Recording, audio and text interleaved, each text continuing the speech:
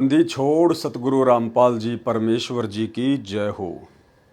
सत्साई भाई और बहनों, दया परमपिता परमेश्वर सारी सृष्टि के रचनहार सतगुरु रामपाल जी भगवान की, जिनके शुभ आशीर्वाद से, जिनकी विशेष कृपा दृष्टि से, जिनकी विशेष दया दृष्टि से आप और हम सभी साध संगति से जुड़े हुए सत्सेवक भाई बहन पूज्य गुरुदेव भगवान के कर कमलों द्वारा अनुवादित की गई, सरलार्थ की गई पुस्तक यथार्थ भक्ति बोध के ऊपर वीडियो के माध्यम से भक्ति मार्ग के गूढ़ रहस्यों को समझ रहे हैं।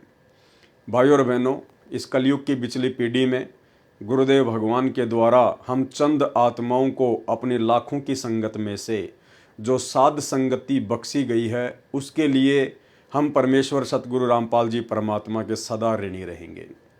और इस महा उपकार के लिए पूज्य गुरुदेव भगवान का हम जितनी बार भी दंडोत प्रणाम करें उतना ही कम है। तो संध्या आरती का आज लास्ट वीडियो होगा और उसे शुरू करने से पहले पूज्य गुरुदेव भगवान से आशीर्वाद प्राप्त करेंगे, गुरुदेव भगवान का जयकारा लगाएंगे। बंदी छोड़ सतगुरु रामपाल जी परमेश्वर जी की जय हो। परमपिता परमात्मा सारी सृष्टि के रचनहार, कुल मालिक, असंख्य ब्रह्मांडों के स्वामी, जगत गुरु, तीनों लोकों में प्रवेश करके सबका भरण पोषण करने वाले राजाधिराज, आत्माधार, नाथों के नाथ, देवों के देव, महादेव, सर्वेश्वर, महेश्वर, मृत्युंजय, अजरो अमर, आदि अनादि, सनातनी प्रभु, जगत पिता जगदीश्वर, श्री श्री 1008 की उपाधि के वास्तविक अधिकारी, अकाल मूर्त शब्द स्वरूपी राम वासुदेव, सर्वगतम ब्रह्म, परम पूज्य, प्रथम पूज्य, परम संत, परम पुरुष, परम धनी, परम दयालु, सत्य कबीर, हक्का कबीर, अल्लाहु कबीर, अल्लाहु अकबर, बाखबर, अल्लाह ताला, जगत के तारणहार, जगत के मुक्तिदाता, जगत के जगन्नाथ, हारे के सहारे, हिंदुओं के राम, मुसलमानों के अल्लाह, सिखों के वाहिगुरु, ईसाइयों के मसीह, दया के सागर दयानिधि, करुणा के सागर करुणानिधि, स्वयंभू परिभू, संकट मोचन, कष्ट हरण, मंगल करण, दुख भंजन,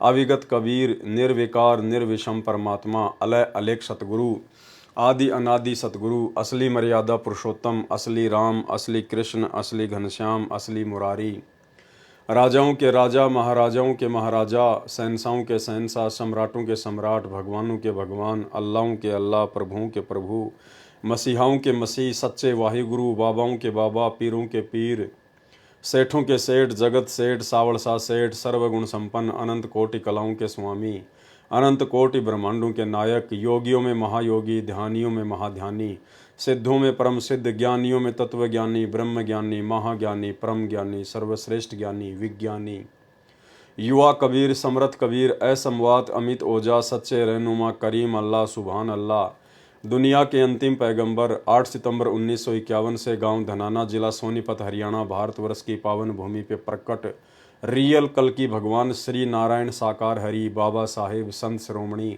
सतगुरु रामपाल जी परमेश्वर जी के चरण कमल में साध संगति से जुड़े हुए देश विदेश से हम सभी सत्सेवक भाई बहनों का अनंत कोटि दंडोत प्रणाम। तो भाई और बहनों, गुरुदेव भगवान के आशीर्वाद से संध्या आरती का ये लास्ट वीडियो है और अब ये जो वाणियाँ हैं हम यहाँ से शुरू करेंगे। वाणी: कबीर गुरुजी तुम ना बिसरियो, लाख लोग मिल जाहीं, हमसे तुमको बहुत हैं पर तुमसे हमको नाही। यानी एक सच्चे भगत ने किस तरह से अपने गुरुदेव भगवान से विनती करनी चाहिए, उनसे आधीन होकर दासातन अपने अंदर धारण करके अपने पूज्य गुरुदेव भगवान को ही परमात्मा मानकर उनसे प्रार्थना स्तुति करनी चाहिए, ताकि परमेश्वर हमसे प्रसन्न हो और हमें वो इच्छित वस्तु तुरंत प्रदान करें जिसके लिए हम आत्माओं को भटकते भटकते असंख्य युग हो चुके हैं, यानी मोक्ष।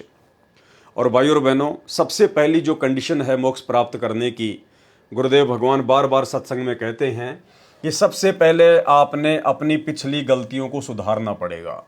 पिछली गलतियां मतलब असंख्य युगों से हम पूज्य गुरुदेव भगवान की, कबीर परमात्मा की शरण में रहते हुए आ रहे हैं, लेकिन हर बार हम लोग एक ही गलती कर जाते हैं और वो गलती है उस वक्त वो कबीर परमात्मा जो सतगुरु रूप धारण करके आता है, गुरु रूप धारण करके आता है, अपने नूरी तेजपुंज वाले शरीर के ऊपर एक हल्का और कोट धारण करके आता है, हम इंसानों जैसा इंसान बन के आता है, एक आम व्यक्ति जैसी लीला करता है, हम उस वक्त उस पूर्ण परमेश्वर को सतगुरु रूप में ना पहचान कर हम किसी और को ही भगवान मानते रहते हैं, जिस कारण से असंख्य युगों से इस परमेश्वर की शरण में रहते रहते भी हम आज तक मोक्ष प्राप्त नहीं कर पाए। और वर्तमान में गुरुदेव ने सबसे पहले हमें यही बात समझाई कि जो गलती तुमने 650 साल पहले की थी वो गलती आज मत दोहराना। और 650 साल पहले सबसे बड़ी गलती थी गुरु को परमात्मा ना मानने की गलती। परमेश्वर ने बार बार अपने सत्संगों में हम समझाया। एक छोटा सा सत्संग आपको सुनाएंगे जिसमें परमेश्वर कह रहे हैं कि 650 साल पहले तुम्हें जो सुख हो रहे थे उस आधार से तुम केवल ऊपरी मन से, केवल जुबान से अपने गुरु को परमात्मा कहते थे कि हमारे गुरुजी तो परमात्मा आए हुए हैं, हमारे गुरुजी तो भगवान हैं। और परमात्मा कहा भी करते थे 650 साल पहले कि भाई आप मुझे परमात्मा नहीं मानते, लेकिन हम कहते नहीं, हम आपको परमात्मा ही मानते हैं, हम आपको भगवान ही मानते हैं। लेकिन अंतर्यामी से कुछ भी छुपा हुआ नहीं था। उन्हें पता था कि ये ऊपरी मन से मुझे परमात्मा परमात्मा कह रहे हैं, लेकिन इनके अंदर बिल्कुल भी जगह नहीं है। सुनिए सत्संग। परमात्मा ने ये देखना चाहा कि ये मेरे विचारों को से कितने परिचित हैं, इनके अंदर कुछ दृढ़ता भी है जो ये बोलते हैं कि हम तो मोक्ष चाहते हैं, हम आपके अतिरिक्त किसी को नहीं चाहते हैं, आप हमारे परमात्मा हो, आपसे हमें वो सुख मिले हैं जो हमें कहीं पर भी प्राप्त नहीं हुए थे। ये ऊपरले मन से कह रहे हैं या इनके अंदर भी कोई स्थान है। ये परीक्षा लेने के लिए परमात्मा ने, कबीर परमेश्वर ने एक लीला की थी। और यही कारण था भाइयों और बहनों हमारे नीचे गिरने का। हमने परमेश्वर से झूठ कहा कि हम आपको परमात्मा मानते हैं, लेकिन वे तो अंतर्यामी हैं, उन्हें तो अंदर की बात का पता है। इसलिए परमेश्वर ने 64 के 64 लाख अपने शिष्यों को एक परीक्षा के माध्यम से रिजेक्ट कर दिया। और आज वर्तमान में सतगुरु रामपाल जी भगवान स्वयं वो कबीर परमात्मा सतलोक से अवतरित हैं, सतलोक से इस मृतलोक में प्रकट हैं, विद्यमान हैं। और यदि आज भी हमने वही गलती कर दी जो गलती हम 650 साल पहले करके आ चुके हैं, जो गलती हम युगों युगों से करते आ रहे हैं, तो क्या फायदा फिर इस कलयुग की बिचली पीढ़ी में 21वीं सदी में पैदा होने का, ये मनुष्य शरीर प्राप्त करने का, ये शिक्षा प्राप्त करने का, गुरुदेव भगवान के इतने प्रयत्न का, उनके द्वारा इतना संघर्ष जो ये सबूत और प्रमाण दिखाने के लिए किया गया है, आप और हम आत्माओं को जगाने के लिए किया गया है, फिर क्या फायदा उस चीज का। तो आज हम वो गलती नहीं करेंगे, कम से कम सत्सेवक भाई बहन तो वो गलती बिल्कुल भी नहीं करेंगे, क्योंकि आज परमात्मा ने ऐसा कोई भी सबूत, ऐसा कोई भी प्रमाण शेष नहीं छोड़ा है जो ये साबित करता हो कि संत रामपाल जी परमात्मा नहीं हैं या संत रामपाल जी खुद ही कबीर जी नहीं हैं। हर प्रकार के सबूत, एविडेंस परमात्मा ने हर धर्म पुस्तकों से निकाल कर दे दिया है। और उससे ऊपर परमेश्वर के जो गुण होते हैं, कबीर परमात्मा के जो गुण होते हैं, कोडी को काया देना, निर्धन को माया देना, अंधे को आंख देना, बांझ को पुत्र देना, निर्धन को संपत्ति देना, आज सब कुछ परमेश्वर छप्पर फाड़ के दे रहे हैं, छप्पर फाड़ के। और उसके बावजूद भी यदि हम अपने गुरुदेव भगवान को कबीर परमेश्वर के रूप में नहीं देखेंगे तो धिक्कार है फिर आप और हमारे इस मानव जन्म को।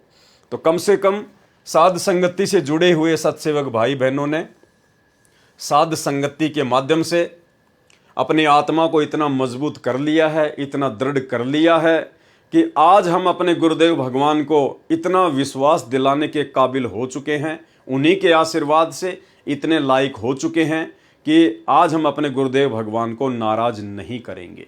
क्योंकि एक सत्संग में गुरुदेव भगवान ने बताया कि बच्चों, जब से तुम सतलोक से विछुड़ के आए हो, उसी दिन से सतलोक से एक विमान प्रतिदिन तुम्हें लेने के लिए त्रिकुटी पर रोज आता है। लेकिन साथ में गुरुदेव ने यह भी बताया कि आज तक वो विमान खाली ही गया है। आज तक वो विमान खाली ही गया है। कोई भी उस विमान में बैठने के योग्य भगत नहीं हो पाया। तो भाई और बहनों, अब ये मोक्ष का प्राइम टाइम है, बिचली पीढ़ी है।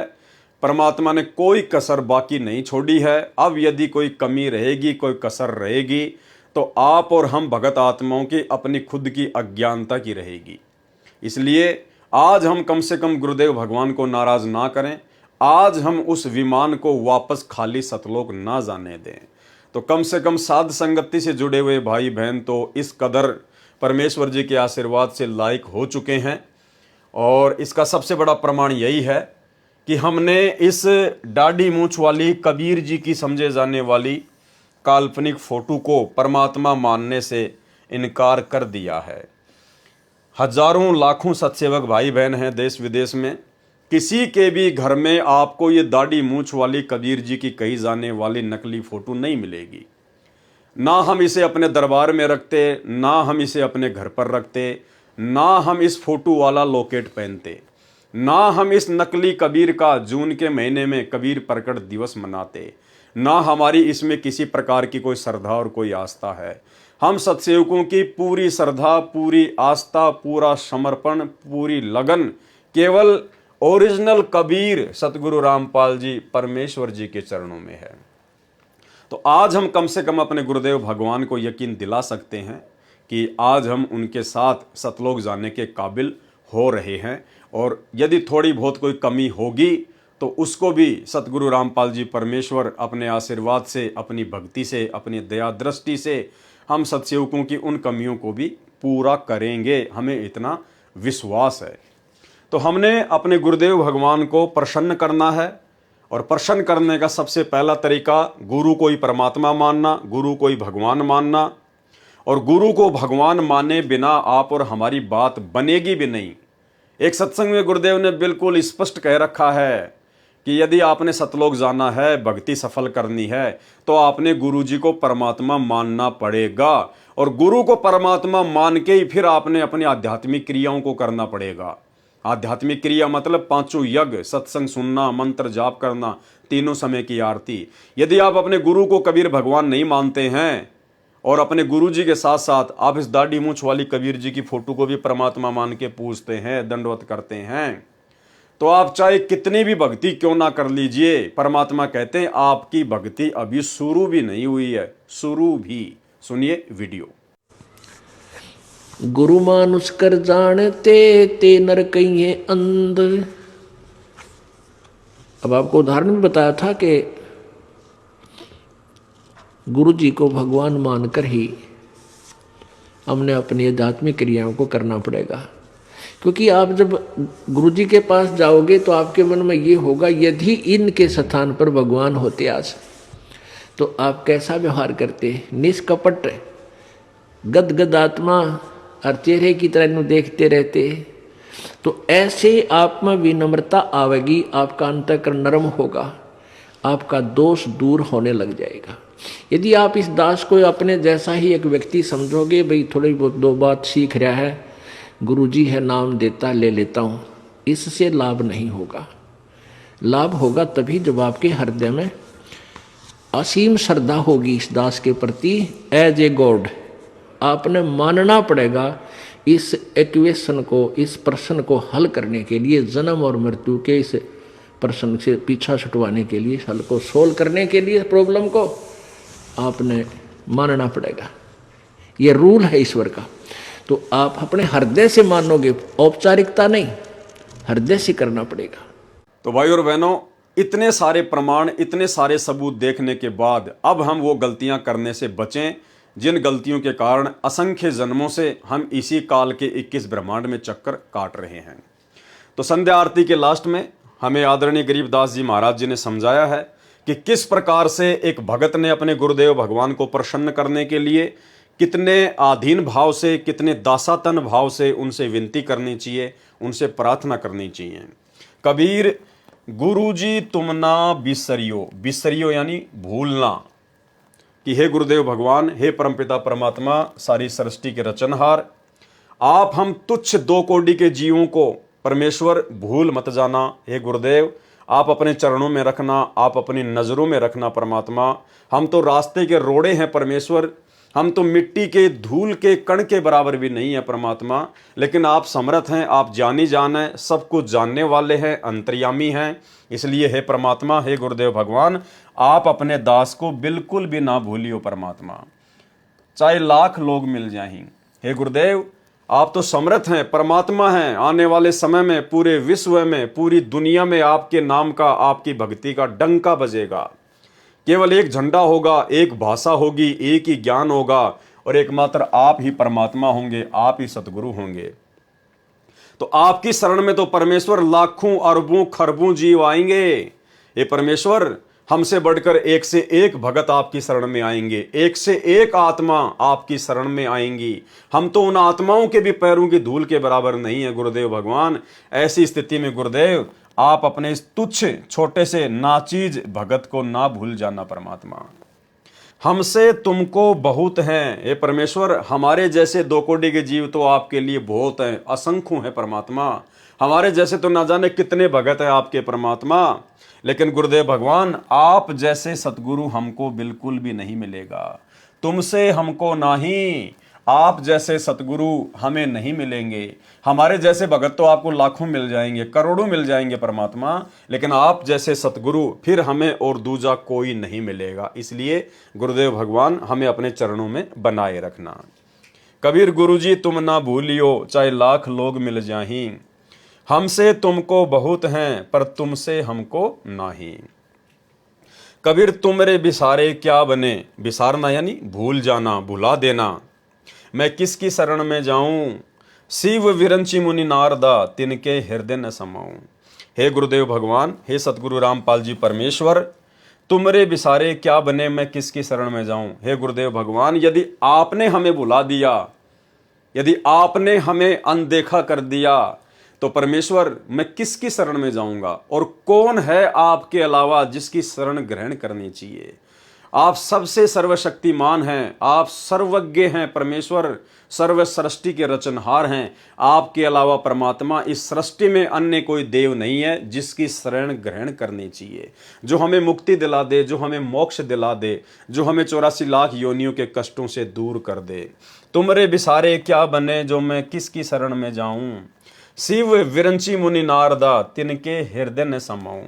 शिव यानी शंकर भगवान, विरंची यानी श्री ब्रह्मा जी, मुनि नारदा यानी ब्रह्मा जी का पुत्र नारद। कहते हैं परमात्मा, आपने यदि हमें नीचे गिरा दिया, आपने यदि हमें भुला दिया, तो परमात्मा हम तो ना घर के रहेंगे ना घाट के रहेंगे गुरुदेव भगवान। क्योंकि आपकी भक्ति लेने के बाद हमने अन्य सभी देवी देवताओं की पूजा पाठ करना छोड़ दिया है। हमने उनको अपने इष्ट रूप में मानना छोड़ दिया है। जो पहले हम अज्ञानता के चलते उनको अपना भगवान मानते थे, अपना इष्ट मानते थे। हे परमेश्वर, जब से हमने आपको अपना इष्ट बनाया है, आप सतगुरु को ही हमने अपना इष्ट बनाया है, अपना परमात्मा बनाया है, अपना भगवान माना है, तब से ये अन्य नकली भगवान, 21 ब्रह्मांड की सभी शक्तियां, 33 करोड़ देवी देवता, ब्रह्मा विष्णु महेश, काल दुर्गा, ये भी हमसे नाराज हैं, हमसे खफा हैं, और ये मौका देख रहे हैं कि कब ये भगत अपने सतगुरु के चरणों से दूर हटे, कब ये भगत मर्यादा तोड़े, और मैं इसको अपने जाल में, अपने षड्यंत्र में पहले से कहीं ज्यादा जबरदस्त तरीके से फंसा लूं।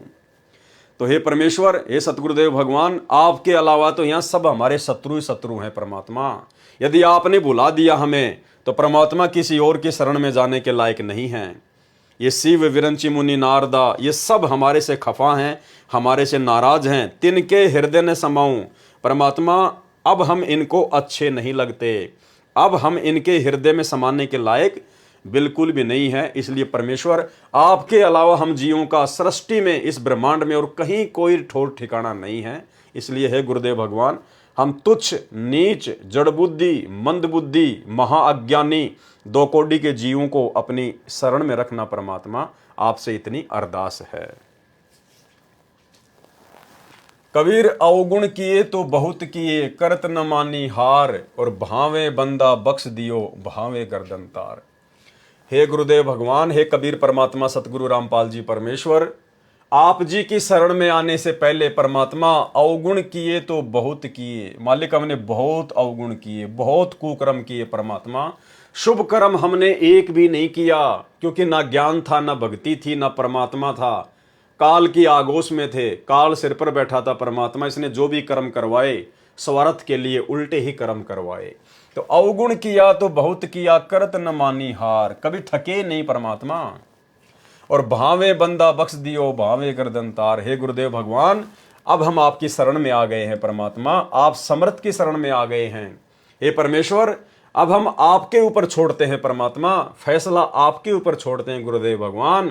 आप चाहो तो अपने दास के उन कुकर्मों को, उन घटिया कर्मों को माफ कर देना। भावे बंदा बख्श दियो, चाहे तो इस बंदे को, इस भगत को माफ कर देना, इसको बख्श देना। भावे गर्दन तार, या चाहे परमेश्वर आप इस दास को मौत के घाट उतार देना, चाहे दास की गर्दन उड़ा देना परमात्मा। हमने अपने आप को आपके चरणों में समर्पित कर दिया है गुरुदेव। अब जो भी करना होगा आप करेंगे परमात्मा, आपसे कोई सवाल नहीं होगा किसी भी प्रकार का। कबीर अवगुण मेरे बाप जी, बख्शो गरीब निवाज। हे परमेश्वर, मेरे उन अनंत अवगुणों को जो मैंने युगों युगों से किए हैं परमात्मा, बिना भक्ति के, बिना जानकारी के, अवगुण मेरे बाप जी, बख्शो गरीब निवाज। गरीब निवाज यानी दीन दयाल परमात्मा, दुखियों का भगवान। हे परमेश्वर, हे सतगुरु रामपाल जी भगवान, मेरे उन अवगुणों को माफ करना परमात्मा, जो मैंने अनजाने में किए हैं।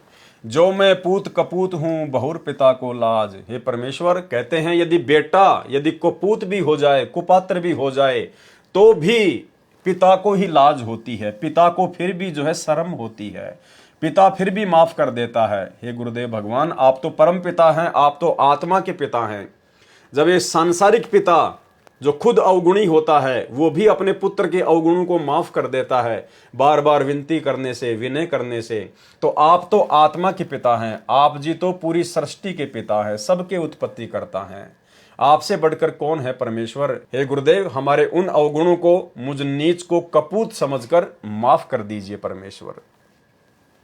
कबीर मैं अपराधी जन्म का, नक्सिक भरे विकार, और तुम दाता दुख भंजना, मेरी करो संहार। हे गुरुदेव भगवान, हे सतगुरु रामपाल जी परमेश्वर, मैं तो जन्म जन्मांतरों से आपका अपराधी हूँ परमात्मा, क्योंकि शास्त्र विरुद्ध साधना करते रहने से मैंने हमेशा पाप ही किए हैं परमेश्वर। मैंने कोई अच्छा काम किया ही नहीं कभी। कबीर मैं अपराधी जन्म का, जन्म जन्म से अपराधी हूँ परमात्मा। जब से मैं सतलोक से आया हूँ इस काल के साथ, उसी समय से आपका अपराधी हूँ परमात्मा। मैंने उल्टे ही काम किए हैं। नख सिक भरे विकार, नख यानी नाखून से लेकर, सिख यानी चोटी से लेकर, नाखून से लेकर चोटी तक परमेश्वर, यानी मैंने सारे अवगुण ही अवगुण किए हैं परमात्मा। मैं तो विकारों से भरा पड़ा हूं परमेश्वर। नख सिक भरे विकार, नाखून से लेकर शिखा तक, चोटी तक विकारों से भरा हुआ हूं। और तुम दाता दुख भंजना, हे परमेश्वर, आप तो दुखों का भंजन करने वाले हैं, आप तो क्षमा की मूर्ति हैं। मेरी करो संभार परमात्मा, मुझ दास पर रहम करना गुरुदेव, मेरी संभाल रखना परमात्मा, मुझ दास को अपनी नजरों में रखना। कबीर अब के जो सतगुरु मिले, सब दुख आंखों रोई, और चरणों ऊपर शीस धरूं, कहूं जो कहनी हुई। तो हमें तो सतगुरु मिल गए हैं, और अब मौका है हमारे पास में उन तमाम गलतियों की समायाचना करने का। जो भी कुछ अपने मन की बात हैं, जो हम युगों युगों से नहीं कह पा रहे थे, आज हम वो बातें अपने गुरुदेव से हम करेंगे, हम करते हैं। हम अपने गुरुदेव की चरण सेवा में बैठते हैं, अपने मन की बात करते हैं परमात्मा से। यानी जो भी हमने कुछ कहना है, अब हम अपने गुरुदेव भगवान से कहेंगे, अपने परमात्मा से कहेंगे, अपनी आत्मा के पति से कहेंगे अपने मन की बात। कबीर जैब के सतगुरु मिले, सब दुख आंखों रोई, और चरणों ऊपर शीस धरूं, कहूं जो कहनी होई। कबीर साईं मिलेंगे, पूछेंगे कुशलात, और आदि अंत की सब कहूं अपने दिल की बात।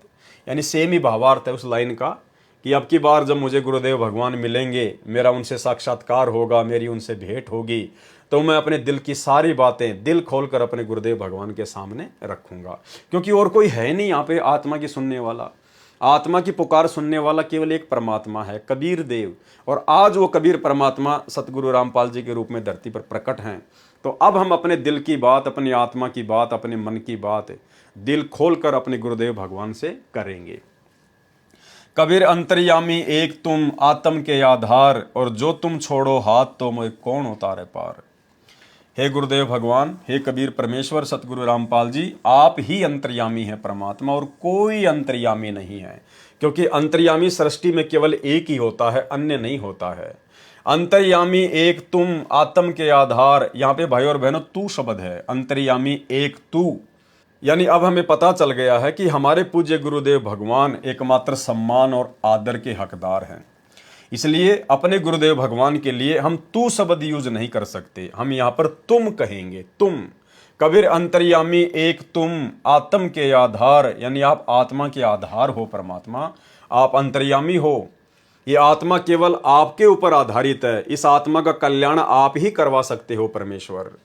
जो तुम छोड़ो हाथ तो मैं कौन उतारे पार। हे गुरुदेव, यदि ऐसे में आपने भी हमारा साथ छोड़ दिया, हम तो हैं ही अवगुणी परमात्मा, हम तो हैं ही विकारी, इसलिए परमेश्वर आप दया करना। यदि आपने भी हमारा हाथ छोड़ दिया तो इस भवसागर में परमात्मा हमारा हाथ पकड़ने वाला और दूसरा कोई नहीं है, हमारे को यहाँ से पार उतारने वाला, 21 ब्रह्मांड से हमारी नैया को पार उतारने वाला, सतलोक भेजने वाला और कोई नहीं है। इसलिए परमेश्वर अपने दास पर, अपनी दासियों पर सदैव अपना प्यार भरा आशीर्वाद बनाए रखना। तो इस प्रकार से हमने अपने गुरुदेव भगवान से इन वाणियों के माध्यम से और बहुत ही आधीन भाव से हमने विनती करनी है। कबीर जी के दोहे का सरलार्थ परमेश्वर कबीर जी ने चित्रार्थ किया है कि भगत की कैसी श्रद्धा होनी चाहिए। भगत की अपने गुरु जी के प्रति ऐसी श्रद्धा होनी चाहिए। कैसी? शिष्य कहे कि हे गुरुदेव, आप जी हमारे को ना भुलाना, चाहे आपके लाख अनुयायी हो जाएं, क्योंकि हमारे जैसे शिष्य तो आपके बहुत हैं, परंतु हमारे को आप जैसा ज्ञान संपन्न गुरु पृथ्वी पर नहीं है। गुरु जी तुम ना बिसरियो, चाहे लाख लोग मिल जाहीं, और हमसे तुमको बहुत हैं, पर तुमसे हमको नहीं। कबीर तुमरे बिसारे क्या बने, मैं किसकी शरण में जाऊं, और शिव विरंची मुनि नारदा, इनके हृदय ना समाऊं। यदि आप मुझे बिसर गए, भूल गए, तो मेरा क्या होगा, मैं किसकी शरण में जाऊंगा। यदि आप मुझे भूल गए तो मेरा क्या होगा, मैं किसकी शरण में जाऊं। आपका ज्ञान अन्य को सुनाता हूं कि केवल एक परमात्मा की भक्ति पूजा करो, अन्य देवताओं की पूजा मत करो। एक कै साधे सब सदें, सब साधे सब जाए, माली सींचे मूल को, फले फूले अघाए। जिस कारण से सब देवता, शिव विरंच यानी ब्रह्मा जी आदि तीनों देवताओं तथा नारद मुनि जी भी मुझसे खफा हैं, नाराज हैं, अप्रसन्न हैं। उनके हृदय में मेरे लिए स्थान नहीं है, उनको मैं एक आंख अच्छा नहीं लगता। इसलिए कृपा आप ना भूल जाना। हे गुरुदेव, आप हमें ना भुला देना। आप अपने दास को, अपनी दासियों को हमेशा अपनी नज़रों में रखना, अपना आशीर्वाद बना के रखना। अवगुण किए तो बहुत किए, करत न मानी हार, और भावे बंदा बख्श दियो, भावे गर्दन तार। हे परमेश्वर, अनगणित पाप कर दिए, कभी हार नहीं मानी। कभी हम कसाई बने, कभी हम राजा बने। राजा तो कसाई से भी ज़्यादा पाप कमाता है। हम जो एक किसानी का काम करते हैं, इसमें भी परमात्मा कहते हैं एक हड़ाई और 100 कसाई, इतना पाप खेती बाड़ी में होता है। तो आज से पहले जब हम परमात्मा की शरण में नहीं थे तो ये सारे पाप कर्म हमारे ऊपर लगते थे। इसलिए कहा है, हे परमेश्वर, अनगणित पाप कर दिए, कभी हार नहीं मानी। अर्थात बिना ज्ञान के पाप भी उमंग के साथ करता रहा, कभी आलस्य नहीं किया। हे परमात्मा, हे गुरुजी, हे परमात्मा, हे गुरुजी, यानी गुरुजी को ही परमात्मा कहना होता है, गुरुजी ही परमात्मा होता है।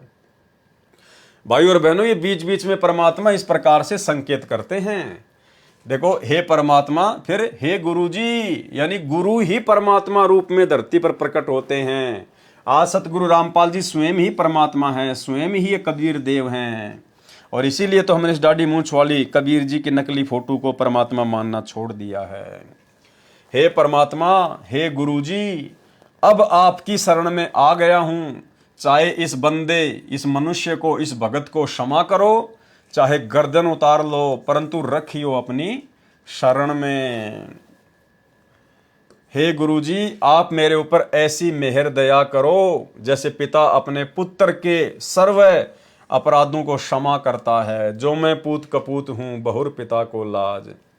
ऐसे ही गुरुदेव रूपी मेरे पिताजी मुझे क्षमा करो। हे गरीब निवाज, मेरे अवगुण बख्शो। यदि मैं अच्छा शिष्य नहीं हूं, यदि मैं कपूत हूं, तो आप पिता के तुल्य हैं। यदि आप मेरे पाप क्षमा नहीं करोगे तो पिता होने के नाते शर्म लगेगी। जो मैं पूत कपूत हूं, बहुर पिता को लाज। यदि आपकी शरण में आने के बाद भी आपने मेरे पाप कर्मों का सत्यानाश नहीं किया, मेरे उन अपराधों को क्षमा नहीं किया, मुझ नीच को नहीं बख्शा, तो एक पिता होने के नाते आपको शर्म लगेगी। बहुर पिता को लाज। तो ऐसे प्रार्थना करने से फिर गुरुदेव भगवान हम आत्माओं के ऊपर दया बख्शते हैं। हे गुरुदेव, तत्व ज्ञान ना होने के कारण मैं तो जन्म से ही गलतियां अपराध करता आ रहा हूं। मेरे में तो नख, पैर के नाखून से लेकर सिख यानी शिखा, सिर की चोटी तक विकार भरे पड़े हैं। अर्थात मैं तो पापों से सना पड़ा हूं, अर्थात पापों से भरा पड़ा हूं। हे दाता, आप तो दुख नाश करने वाले हो, मेरी ओर ध्यान दो, मेरी संभाल करो, मेरी केयर टेक करो। गुरुदेव भगवान, मेरी संभाल करो। तत्व ज्ञान के पश्चात भगत की श्रद्धा ऐसी हो जाती है, भगत कहता है कि यदि अब की बार सतगुरु मिल गए, जय इब के सतगुरु मिले, सब दुख आंखों रोए, और चरणों ऊपर शीस धरूं, कहूं जो कहनी होए। अब की बार सतगुरु मिल गए तो अपना सर्व दुख रो रो कर बताऊंगा, चरणों के ऊपर सिर रखकर सर्व बातें करूंगा। परमेश्वर कबीर जी ने भगत की सच्ची श्रद्धा के लक्षण बताए हैं कि भगत कहता है कि साईं अर्थात गुरुदेव मिलेंगे, कबीर साईं मिलेंगे, पूछेंगे कुशलात, आदि अंत की सब कहूं अपने दिल की बात। कि साईं अर्थात गुरुदेव मिलेंगे। देखो साईं का मतलब क्या होता है? परमात्मा, भगवान, मालिक। और यहाँ गुरुदेव कह रहे हैं साईं अर्थात गुरुदेव, यानी वो गुरुदेव ही साईं है, गुरुदेव ही मालिक है, गुरुदेव ही परमात्मा है, कबीर है। कि साईं अर्थात गुरुदेव मिलेंगे, कुशल मंगल पूछेंगे, आदि अंत अर्थात शुरू से लेकर आखिर लास्ट तक की अपने दिल की सब बातें कहूंगा। हे गुरु भगवान, क्या कहा है? हे गुरु भगवान, यानी गुरु ही भगवान होता है। हे गुरु भगवान, आप तो अंतर्यामी हैं, अंतर्यामी एक तुम, आत्म के आधार, और एकमात्र आप ही आत्मा के सहारा हैं, आत्मा के आधार हैं। और जो तुम छोड़ो हाथ तो मुझे कौन उतारे पार। यदि आपने मेरा हाथ छोड़ दिया तो मुझे कोई पार नहीं कर सकता। आप इस भले बुरे दास दासी को चरणों से दूर मत करना, अपनी शरण में रखना। परमेश्वर कबीर जी के दोहों का सरलार्थ संपूर्ण हुआ। शब्द नंबर 5 ये लास्ट का है। मेरे गुरुदेव भगवान के सरलार्थ की आवश्यकता नहीं है, यह तो अपने आप ही सरल है। मेरे गुरुदेव भगवान दियो काट काल की फांसी। तो गुरुदेव भगवान ने जानबूझकर इस शब्द के सरलार्थ को अपने कर कमलों से नहीं लिखा, जानबूझ के छोड़ दिया परमात्मा ने। और कह रहे हैं कि ये तो अपने आप में बहुत सरल है, जबकि पूरी संध्या आरती में यदि सबसे कठिन कोई शब्द है, सबसे कठिन यदि कोई चौपाइयां हैं, तो मेरे गुरुदेव भगवान के सरलार्थ की हैं, जिनके अंदर परमात्मा ने लास्ट की 2 चौपाइयों में गहरा गूढ़ ज्ञान छुपा रखा है। अब भाई और बहनों, ये जो शब्द है मेरे गुरुदेव भगवान दियो काट काल की फांसी, ये कोई आदरणीय गरीबदास जी महाराज जी का लिखा हुआ नहीं है, ये कोई कबीर जी का लिखा हुआ नहीं है, किसी अन्य साधु संत महात्मा का लिखा हुआ नहीं है। ये स्वयं सतगुरु रामपाल जी परमेश्वर जी ने अपने कर कमलों से गुरु शिष्य परंपरा का निर्वाह करते हुए और अपने पूज्य गुरुदेव, अपने मुंह बोले पूज्य गुरुदेव, आदरणीय राम देवानंद जी के महिमा में लिखा है। क्योंकि 17 फरवरी 1988 को सतगुरु रामपाल जी ने गुरु शिष्य परंपरा का निर्वाह करते हुए जिस प्रकार 650 साल पहले इसी परमात्मा ने, जब ये कबीर नाम से आए थे, इन्होंने काशी के पंडित रामानंद जी को अपना मुंह बोला गुरु बनाया। दुनिया की नजरों में तो कबीर जी के गुरु पंडित रामानंद जी थे, लेकिन आध्यात्मिक दृष्टि से पंडित रामानंद जी के गुरु कबीर जी थे। तो आज वही परमात्मा धरती पर प्रकट है, वही कबीर धरती पर प्रकट है, सतगुरु रामपाल जी परमेश्वर जी के रूप में। तो लीला भी परमात्मा वही करेंगे, जाहिर सी बात है। अब आप और हमें तो बताएंगे नहीं, ना उन्होंने किसी को 650 साल पहले बताया। तो आज भी परमेश्वर सेम वही भूमिका, वही लीला कर रहे हैं। और 17 फरवरी 1988 के दिन आदरणीय राम देवानंद जी को अपना मुंह बोला गुरु बनाया। और ये बात दास आपको पूज्य गुरुदेव के कर कमलों से लिखी हुई एक अन्य पुस्तक जब जब भूल पड़े, जिसके ऊपर हमने 10 वीडियो बनाए थे, उनमें दास ने आपको स्पष्ट रूप से गुरुदेव भगवान के कर कमलों से लिखा हुआ दिखा भी दिया, जिसमें खुद आदरणीय राम देवानंद जी, जिनको हम अपना दादा गुरु जी कहते हैं, उन्होंने खुद संत रामपाल जी के सामने विनती करते हुए कहा था कि मैंने तो परमात्मा पा लिया और आपका पाना बड़ा मुश्किल हो गया, बड़ा दुर्लभ हो गया। खुद संत रामपाल जी से दादा गुरु जी विनती कर रहे हैं। और भी बहुत सारी जगह गुरुदेव भगवान ने संकेत छुपाए हुए हैं, जो हमने उस पुस्तक के अनुवाद के समय देखे, समझे और पढ़े। तो भाई और बहनों, ये जो शब्द है महिमा का, मेरे गुरुदेव भगवान दियो काट काल की फांसी, ये सतगुरु रामपाल जी परमेश्वर जी ने अपने मुंह बोले गुरु आदरणीय राम देवानंद जी की महिमा में लिखा है, गुरु शिष्य परंपरा का निर्वाह करते हुए। आप और हमें ये सिखाने के लिए, ये समझाने के लिए कि एक सच्चे भगत का अपने गुरुजी के प्रति कितना प्रेम होना चाहिए, गुरुजी के प्रति कितनी श्रद्धा होनी चाहिए, कितनी अगाध और अटूट श्रद्धा होनी चाहिए।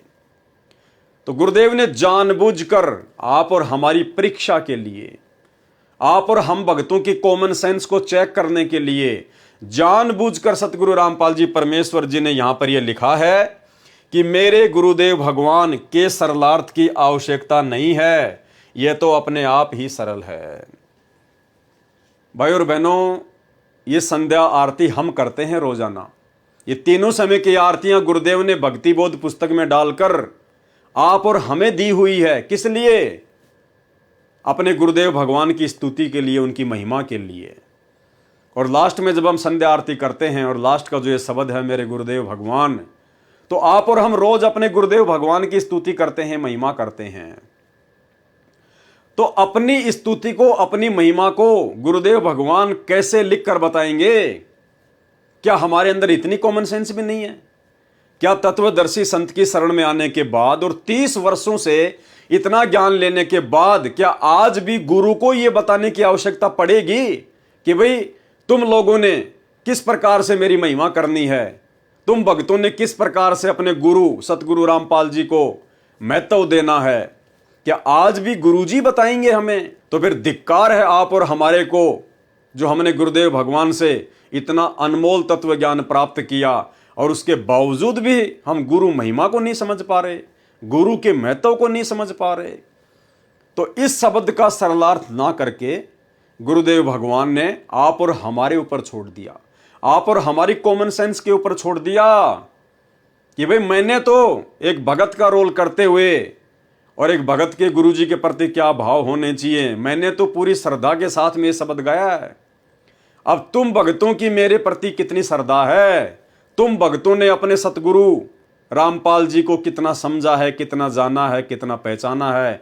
अब ये तुम्हारी कॉमन सेंस के ऊपर है कि तुम भी रट्टा ही मारोगे क्या, कि जैसे मैंने अपने गुरुजी के लिए वो शब्द लिख दिया मेरे गुरुदेव भगवान, और लास्ट की 2 चौपाइयों में सतगुरु रामपाल जी अपने मुंह बोले गुरुजी की उनका नाम लिखकर महिमा कर रहे हैं। तो हम भक्तों की क्या जिम्मेदारी बनती है? अरे हमारे गुरु सतगुरु रामपाल जी हैं, आदरणीय राम देवानंद जी हमारे गुरु जी नहीं हैं। हम अपने गुरुदेव सतगुरु रामपाल जी परमेश्वर जी की महिमा के लिए पैदा हुए हैं। हम दादा गुरु जी की महिमा करने के लिए पैदा नहीं हुए। दादा गुरु जी तो आप और हमारी तरह खुद एक भगत थे। आप और हमारी तरह एक सामान्य मानुष थे, इंसान थे। उनको तो गुरु जी ने खड़ा किया था लोक दिखावे में, गुरु शिष्य परंपरा का निर्वाह करने के लिए।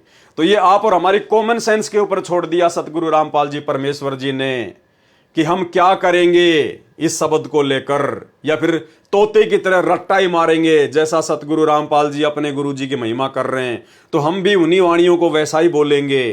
तो फिर महिमा किसकी हुई, दादा गुरु की या सतगुरु रामपाल जी परमेश्वर जी की? तो शब्द क्या है? ये शब्द है, मेरे गुरुदेव भगवान भगवान दियो काट काल की फांसी। सबसे पहले तो भाइयों और बहनों, संध्या आरती के माध्यम से हम जितने भी सतगुरु रामपाल जी परमेश्वर जी के शिष्य और शिष्या हैं, उनकी महिमा में इस भजन को गाने का, इस शब्द को गाने का औचित्य तभी बनता है जब आप गुरुदेव शब्द के अर्थ को समझ जाएं कि गुरुदेव का मतलब क्या होता है, गुरुदेव का मीनिंग क्या होता है, परिभाषा क्या होती है गुरुदेव की। जब तक हम इस गुरुदेव शब्द को नहीं समझेंगे तो हमारे द्वारा इस शब्द के माध्यम से की गई महिमा का कोई लाभ नहीं, कोई फायदा नहीं। हम महिमा तो कर रहे हैं अपने गुरुदेव भगवान सतगुरु रामपाल जी की, और उन्हें कह रहे हैं मेरे गुरुदेव भगवान दियो काट काल की फांसी, मेरे गुरुदेव भगवान दियो काट काल की फांसी। हम अपने गुरुदेव को भगवान भी कह रहे हैं, और एक बार नहीं 2 बार कह रहे हैं, और उसके बावजूद भी भगवान मान रहे हैं इस दाढ़ी मूंछ वाले कबीर जी की नकली फोटो को। परमात्मा मान रहे हैं, भगवान मान रहे हैं इस कबीर जी की नकली फोटो को। तो फिर क्या फिर आपने अपने गुरुदेव की महिमा की? क्या महिमा किया आपने? आप तो दोगला आचरण कर रहे हैं जो भक्ति मार्ग में नहीं चलता। तो सतगुरु रामपाल जी परमेश्वर जी ने गुरुदेव शब्द का क्या अर्थ बताया। गुरु देव, देव का अर्थ बताया परमात्मा, भगवान, मालिक। गुरुदेव यानी गुरु भगवान। उसके बावजूद भी परमात्मा ने 2 बार भगवान लिखा है ताकि हमारी आंखें खुलें, अन्यथा गुरुदेव शब्द ही काफी है गुरु को परमात्मा मानने के लिए। सुनिए गुरुदेव शब्द की परिभाषा। हरण कर लिया है तो फिर उसके विषय में बताते हैं, गुरु मानुष कर जानते ते नर कहिए अंध, ओवे दुखी संसार में आ गए यम के फंद।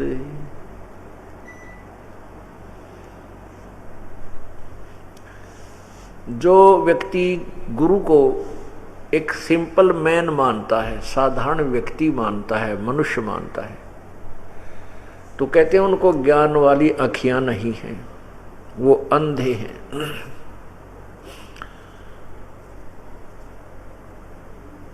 फिर वो कहते हैं उनको पूर्ण लाभ उस संत से नहीं मिलेगा।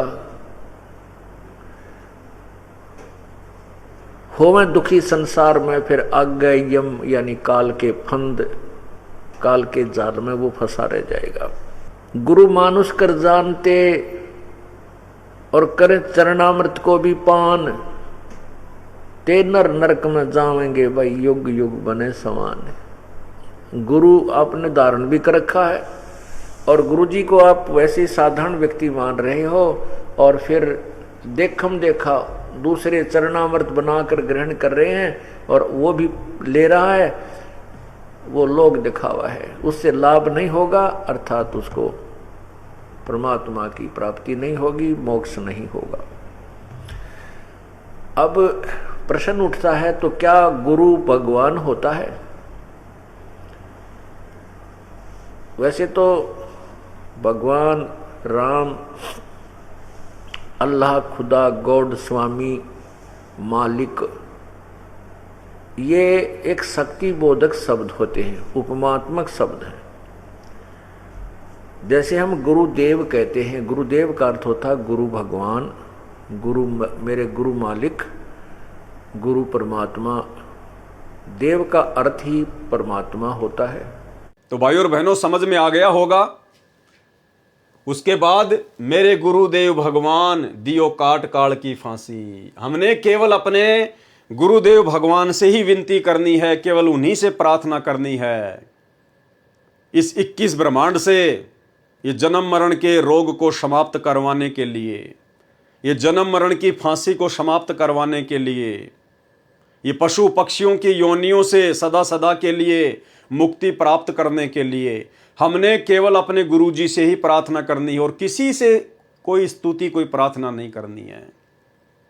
हमने इस दाढ़ी मूंछ वाली कबीर जी की फोटो को भगवान मान के उनसे प्रार्थना नहीं करनी कि हे कबीर जी मेरी फांसी काटियो, 21 ब्रह्मांड से मेरा उद्धार करियो, मेरा मोक्ष करियो।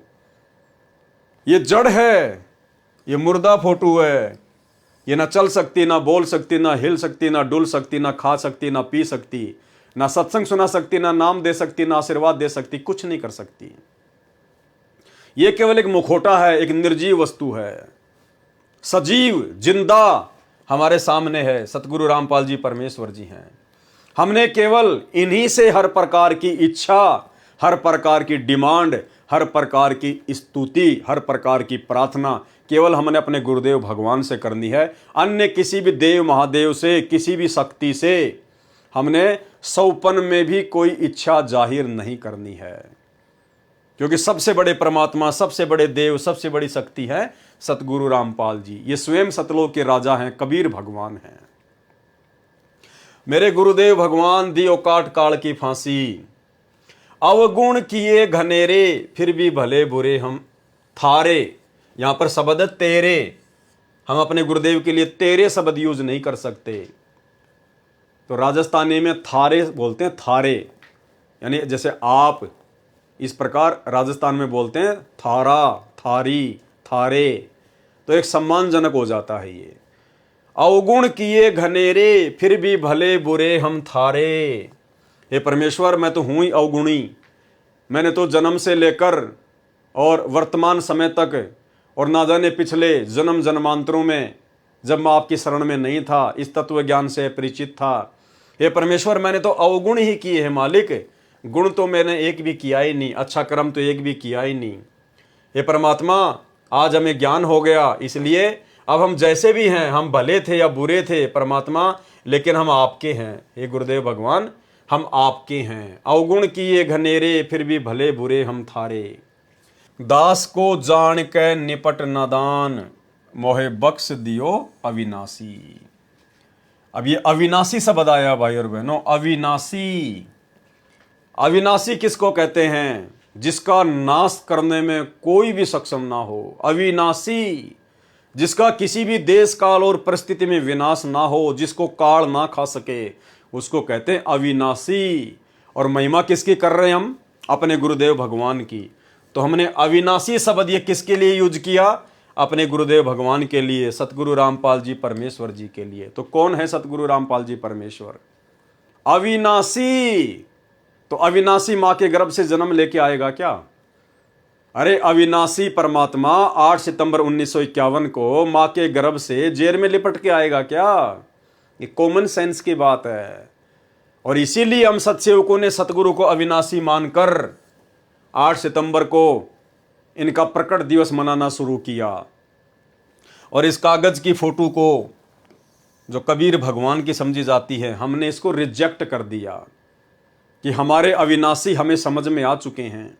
अविनाशी सतगुरु, अविनाशी परमात्मा केवल सतगुरु रामपाल जी परमेश्वर हैं। तो यहां पर अविनाशी शब्द कहकर परमेश्वर की महिमा की गई है, अविनाशी कहकर। तो भाई या तो आप सतगुरु रामपाल जी परमेश्वर जी को अविनाशी कहना छोड़ दो।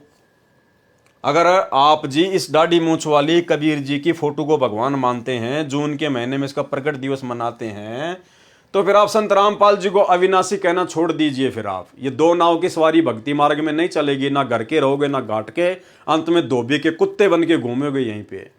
क्योंकि गुरु मानुष कर जानते, ते नर कहिए अंध, ओमें दुखी संसार में और आ गए यम के फंद।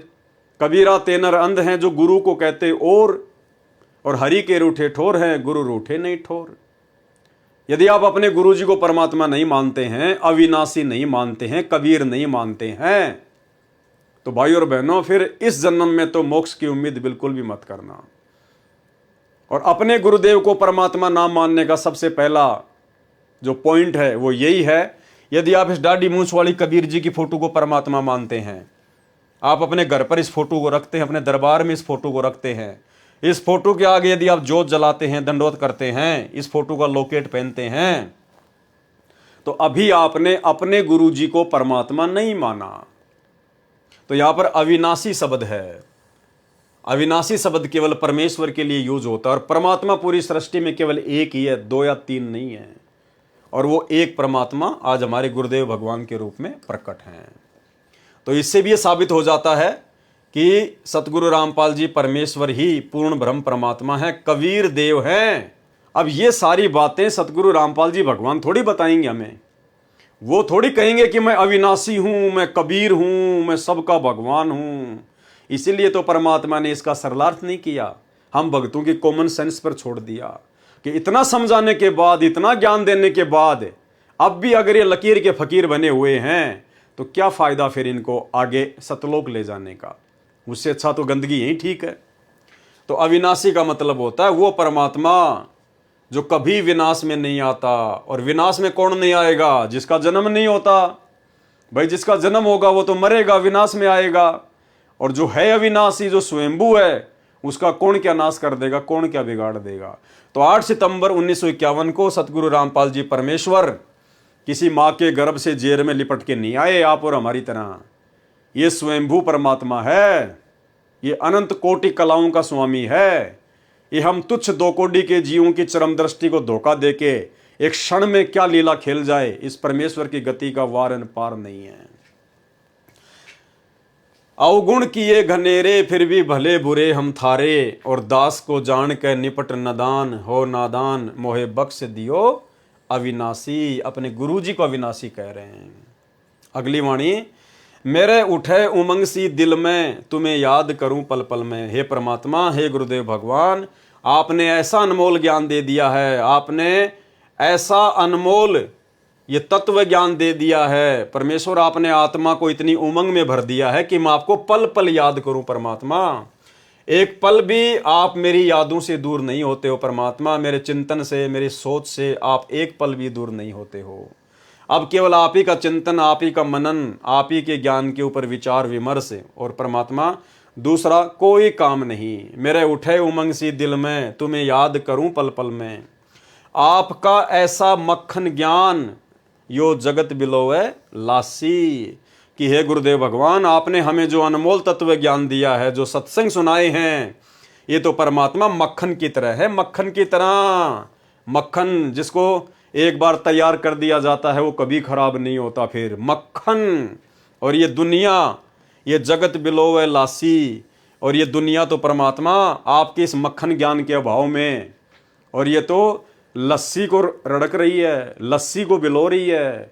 अरे लस्सी को मथने से कुछ भी नहीं निकलेगा, कुछ भी नहीं निकलेगा। मथ के मक्खन निकाल दिया। वो मक्खन ज्ञान तो है संत रामपाल जी का, जो सारे शास्त्रों का मंथन करके उन्होंने आप और हमें दे दिया, सार निकाल कर दे दिया।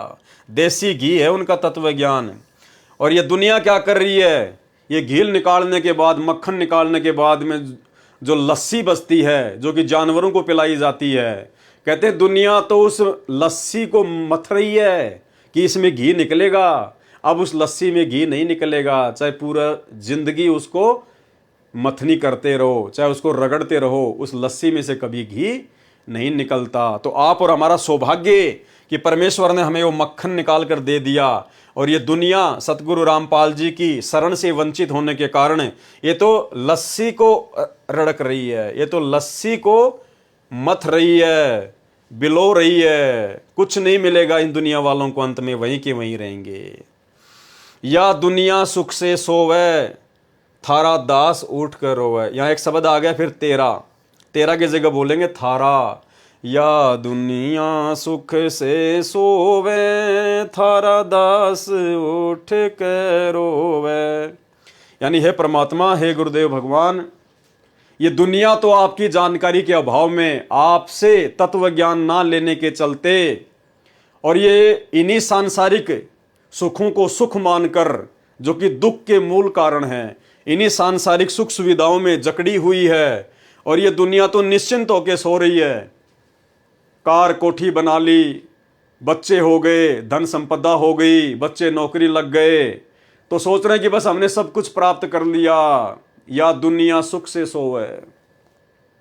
कौन सा सुख? झूठे सुख को सुख मान के ये दुनिया निश्चिंत होके सोई पड़ी है और थारा दास उठ कर रोवे। और परमेश्वर आपने अपने दास को ऐसा ज्ञान दे दिया परमात्मा कि अब आंखों से आंसू निकलते हैं कि हम भी इन लोगों की तरह पहले इसी प्रकार से झूठे सुख को सुख मान के और इस काल की गोद में बैठे हुए थे।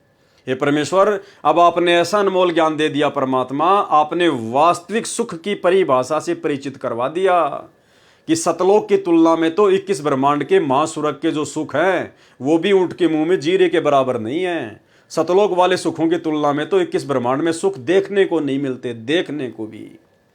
तो आपका दास उठ के रोता है, यानी पल पल उन बातों को याद करके आपके द्वारा हमारे ऊपर जो महा उपकार किया गया है परमेश्वर, उस उपकार को याद करके हमें रोना आता है। हमारी नींद उड़ गई है परमात्मा कि अब यदि हम रह गए किसी भी गलती से तो ये काल अब हमें ऐसा नाच नचाएगा, ऐसा नाच नचाएगा जिसकी हम कल्पना भी नहीं कर सकते। तो अब हम रोते हैं कि हे परमेश्वर, अब आप हमारा हाथ ना छोड़ देना गुरुदेव भगवान।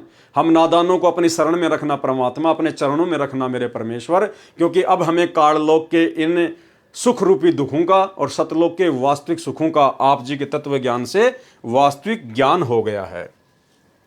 या दुनिया सुख से सोवे, थारा दास उठ कर रोवे।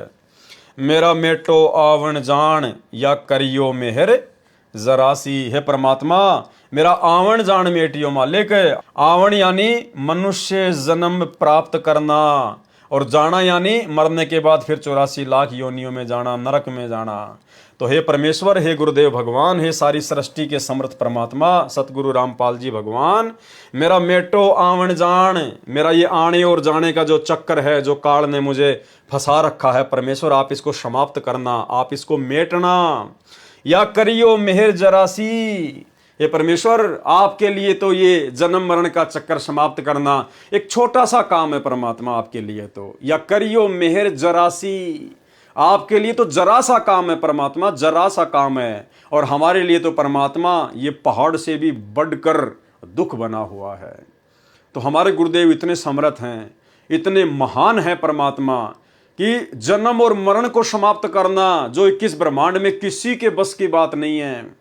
ये काल भी खुद जन्म और मरण में है, दुर्गा भी जन्म और मरण में है, ब्रह्मा विष्णु महेश 33 करोड़ देवी देवता सब जन्म मरण में है। यहां पर ये जेल है, इस जेल से बाहर कोई निकल ही नहीं सकता जब तक ये परमात्मा स्वयं निकाल कर ना लेकर जाए। इसलिए भगत अपने गुरुदेव भगवान की महिमा कर रहा है कि हे गुरुदेव भगवान, आप इतने समर्थ हैं, आप इतने शक्तिशाली हैं परमेश्वर, जो काम 21 ब्रह्मांड में किसी के लिए भी मुमकिन नहीं है परमेश्वर, आपके लिए तो वो जरा सा काम है। या करियो मेहर जरासी, आप इतने समर्थ हैं। नहीं तपतशिला पे जलना, कोई 84 का भयना। हे परमेश्वर, आपकी शरण में आने के बाद, आपसे ऐसा ज्ञान लेने के बाद अब ये आत्मा इतनी निश्चिंत हो चुकी है कि अब हमें वो तपतशिला पर जो काल के द्वारा जलाया जाता है, भूना जाता है परमात्मा, अब हमें उस दुख का, उस महाकष्ट की भी कोई चिंता नहीं है, कोई टेंशन नहीं है, और कोई 84 लाख योनियों का कोई कष्ट नहीं, कोई दुख नहीं, कोई चिंता नहीं, क्योंकि हमें पता चल गया कि आप वो समर्थ भगवान हैं, वो समर्थ परमात्मा है, जो एक पल में जो आपकी शरण में आ जाए और जो अंतिम श्वास तक मर्यादा में रहकर आपको भगवान मानकर भक्ति करेगा परमेश्वर, फिर उस आत्मा को ये तपतशिला का और 84 लाख योनियों में जाने का कोई भय नहीं रहता है। जिस प्रकार आदरणीय गरीबदास जी महाराज जी जब सतलोक देख कर आए तो फिर उन्होंने अपनी अमृतवाणी में कहा कि अजब नगर में ले गए हमको सतगुरु आण, झिलके बिंब अगात गति और हम सूते चादर ताण। कि भाई हम तो अपनी आंखों से सतलोक देख के आ गए और जैसा परमात्मा ने बताया बिल्कुल वैसा ही है सब कुछ।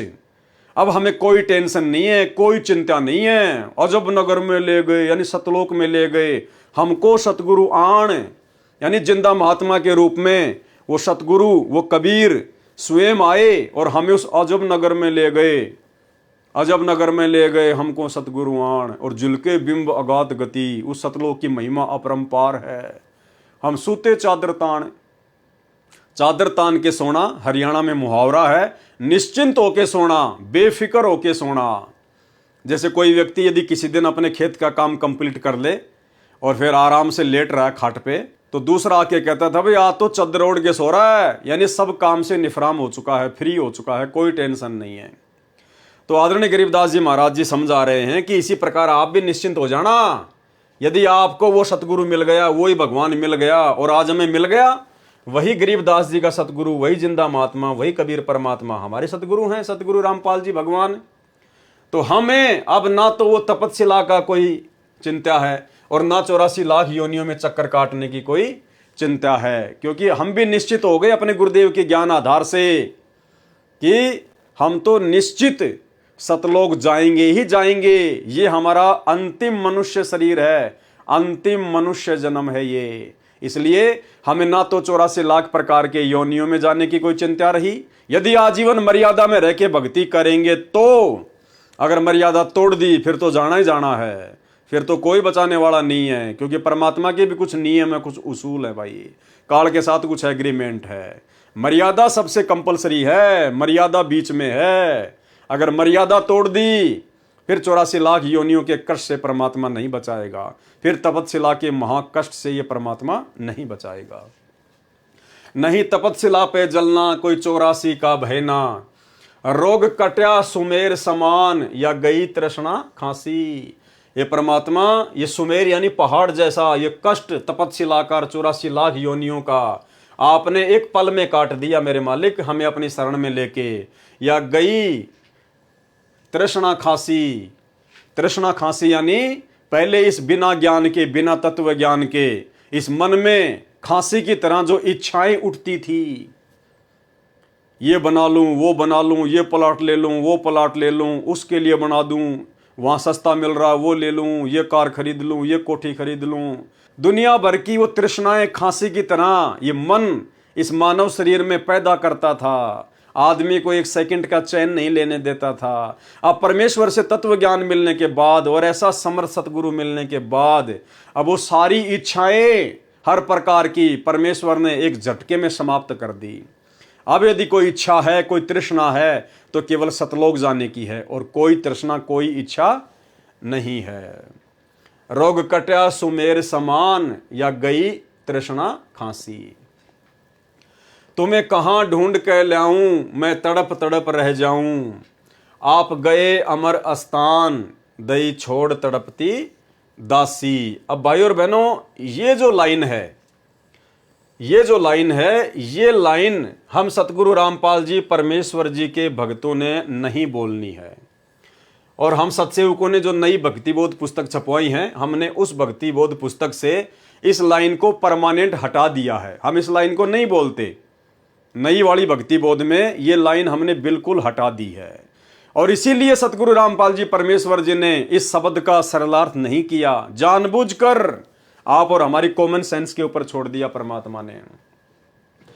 तुम्हें कहां ढूंढ के लाऊं, मैं तड़प तड़प रह जाऊं। कौन कह रहा है? सतगुरु रामपाल जी परमेश्वर जी कह रहे हैं। किस आधार से कह रहे हैं? एक भगत की भूमिका में कह रहे हैं। किसके लिए कह रहे हैं? अपने मुंह बोले गुरुदेव आदरणीय रामदेवानंद जी के लिए कह रहे हैं। उनके शरीर छोड़ने के बाद कह रहे हैं, उनके सतलोक जाने के बाद कह रहे हैं। क्या कह रहे हैं? तुम्हें कहां ढूंढ के लाऊं, यानी हे गुरुदेव भगवान, मैं आपको कहां से खोज के लाऊं?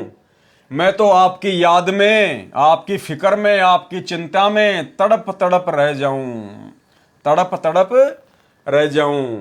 तो भाई हमें अपने गुरुदेव को ढूंढने की आवश्यकता कहां है? पहली बात तो हमारे गुरुदेव हमारे साथ में पल पल शब्द रूप में पल पल साथ हैं। वो हमसे दूर कभी होते ही नहीं। अगर भगवान हमसे दूर हो गए, अगर गुरुदेव भगवान एक सेकंड के लिए भी हमसे दूर हो गए तो काल बैठ जाएगा, भक्ति नहीं करने देगा। कुबद सोचेंगे, कुबद कुविचार उत्पन्न होंगे, हम भक्ति कर ही नहीं पाएंगे। अगर हमारे गुरुजी हमसे आज दूर हो जाएं एक पल के लिए भी, तो काल तो मौका देख रहा तुरंत, कब मैं और कैसे इस आत्मा में मैं प्रवेश करूं, कैसे इसके अंदर मैं अपने कुविचार डालूं, कुप्रेरणा करूं ताकि ये भक्ति से हटे। तो पहली बात तो सतगुरु रामपाल जी परमेश्वर जी शब्द रूप में अपने प्रत्येक सच्चे भगत के साथ में, उसके हृदय में विराजमान है। दूसरी बात, सतगुरु रामपाल जी भगवान शारीरिक रूप में भी आप और हमारे समक्ष हैं। शारीरिक रूप में भी धरती पर प्रकट है हमारे पूज्य गुरुदेव भगवान के रूप में। तो शब्द रूप में और शारीरिक रूप में, दोनों ही रूप में हमने अपने गुरुदेव भगवान को खोजने की जरूरत नहीं है, ढूंढने की जरूरत नहीं है। हमारे परमात्मा हमारे पास में है, यदि हम उनके द्वारा बताई गई भक्ति को मर्यादा में रह के कर रहे हैं तो ये जो वाणी है, ये सतगुरु रामपाल जी परमेश्वर जी ने एक भगत की भूमिका में अपने मुंह बोले गुरुदेव आदरणीय रामदेवानंद जी के शरीर छोड़ने के बाद सन 1997 में उन्होंने शरीर छोड़ दिया था। उनके शरीर छोड़ने के बाद में सतगुरु रामपाल जी ने यह शब्द लिखा है, यानी उनके जानने के बाद, उनके इस पृथ्वी लोक से जानने के बाद। तो अब इस लाइन को हम क्यों बोले, ये हमारे लिए नहीं है। हमारे गुरु जी तो हमारे समक्ष हैं, शब्द रूप में पल पल साथ हैं, और शारीरिक रूप में अपने मिशन को पूरा करने के लिए हिसार की छोटी जेल में बैठे हुए हैं। तो हम ये शब्द नहीं बोल सकते यहां पर कि तुम्हें कहां ढूंढ कर लाऊं, मैं तड़प तड़प रह जाऊं। क्यों भाई, अगर ढूंढना भी है तो जाओ हिसार जेल में, अगर किसी ने ढूंढना भी है तो चले जाओ हिसार जेल में। सबको पता है हिसार जेल में बैठे हुए हैं, तो ढूंढने की जरूरत कहां है, मालूम है कहां बैठे हुए हैं। ढूंढा तो उसको जाता है जिसका पता ना हो कि वो कहां चला गया, जो मिल ही नहीं सकता उसको ढूंढा जाता है, जबकि हमें तो पता है ढूंढने की जरूरत ही नहीं है। ढूंढा उसको जाता है जो गुम जाता है। तो हमारे गुरुदेव कहां गुमे, सबको पता हिसार जेल में बैठे हैं। अगर ज्यादा ही मिलने की इच्छा हो रही है तो जाओ हिसार जेल में मिलके आ जाओ। ये बात बोलने की आवश्यकता कहां पड़ गई।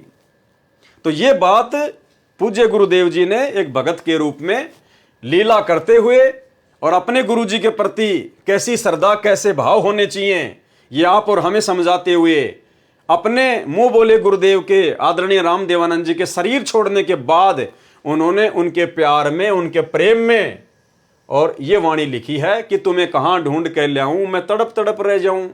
आप गए अमर स्थान, आप कहां चले गए, आप सतलोक चले गए, अमर स्थान को चले गए। अरे हमारे गुरुदेव तो हिसार जेल में बैठे भाई, और शब्द रूप में पल पल हमारे साथ में, कहां चले गए। ये तो अपने एक रूप में सतलोक में भी बैठे हैं, एक रूप में यहां बैठे हैं, और अन्य रूप में न जाने कहां कहां, कौन कौन से ब्रह्मांड में, कौन कौन से लोक में परमात्मा लीला कर रहे हैं। ये थोड़ी कि गुरु जी हिसार जेल में बैठे हैं, ये तो अक्षर पुरुष के लोक में भी न जाने कितने रूप बना के अपने बच्चों को ज्ञान सुना रहे हैं। 21 ब्रह्मांड में भी न जाने कितने लोकों में, कितने द्वीपों में, कितने ब्रह्मांडों में पता नहीं क्या क्या रूप धारण करके अपनी आत्माओं को ज्ञान समझा रहे हैं। ये तो पाताल लोक में भी इस समय क्या पता अपनी आत्माओं के लिए वो सत्संग कर रहे हो। तो इनके तो अनंत रूप हैं, अनंत कोटि कलाओं के स्वामी हैं ये तो आप गए अमर स्थान, ये आदरणीय रामदेवानंद जी के लिए सतगुरु रामपाल जी परमेश्वर जी कह रहे हैं कि आप गए अमर स्थान, और दई छोड़ तड़पती दासी, यानी आप मुझे अकेला छोड़ गए। भाई और बहनों, देखो सतगुरु रामपाल जी परमेश्वर जी ने 12वें पंथ में 17 फरवरी 1988 को आदरणीय रामदेवानंद जी को अपना मुंह बोला गुरु बनाया था। तो 12वें पंथ के हिसाब से ही परमात्मा इस प्रकार की बातें लिख रहे हैं, दही छोड़ तड़पती दासी। जाना कल को हमारे पूज्य गुरुदेव भगवान ने भी है, क्योंकि परमात्मा है, काल के साथ एग्रीमेंट है, एक समय के बाद परमात्मा ने भी यहां से जाना है। लेकिन हम 13वें पंथ के पंथी हैं। अगर हमारे मन में कभी भी ये आ गई जरा सी भी बात कि हे गुरुदेव आप तो हमें तड़पता छोड़ गए, आप तो हमें तड़पता हुआ छोड़ गए, दही छोड़ तड़पती दासी, दासी यानी आत्मा, उसी समय फैल हो जाएंगे, उसी समय। क्योंकि ये बिचली पीढ़ी है, परमात्मा ने समझाने में, बताने में, प्रमाण दिखाने में कोई कमी नहीं छोड़ी, अपनी पहचान करवाने में कोई कमी नहीं छोड़ी है। इसलिए सबसे पहले तो हमारी ये कोशिश होनी चाहिए, गुरुदेव भगवान से प्रार्थना होनी चाहिए, ये विनती होनी चाहिए, और हमारी ये आत्मिक इच्छा भी होनी चाहिए कि हे गुरुदेव भगवान, आप अपने शरीर में रहते सहते, इस काल लोक में रहते सहते परमात्मा, आप हम नीचों को यहां से पार कर दो। आप हमारा शरीर छुड़वाकर परमेश्वर हमें सतलोक भेज दो, हमें इस लायक बना दो अपने रहते सहते।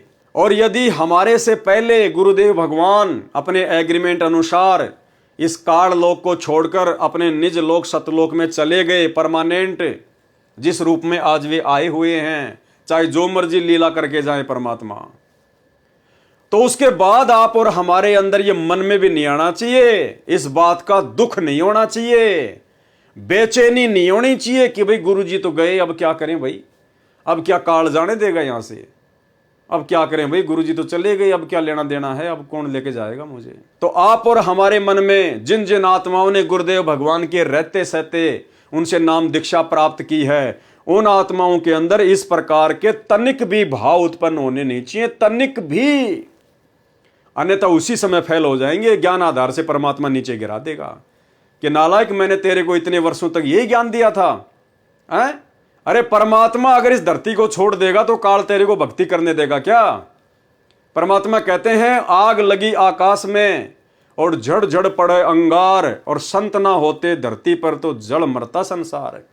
ये सतगुरु रामपाल जी भगवान, ये कबीर परमात्मा एक क्षण के लिए भी इस पृथ्वी से दूर नहीं होता, अपने कदम नहीं हटाता है, चाहे किसी भी रूप में परमात्मा को रहना पड़े अपनी आत्माओं के लिए, अन्यथा ये काल यहां पर आग लगा दे, किस ब्रह्मांड में आग भक्ति का नामो निशान मिटा दे।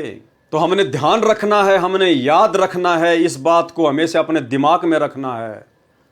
अगर हमारे से पहले भी परमात्मा यदि चले जाते हैं अपनी लीला कंप्लीट करके, अपना मिशन पूरा करके, तो हमने इस बात की तनिक भी चिंता अपने अंदर नहीं लेके आनी है।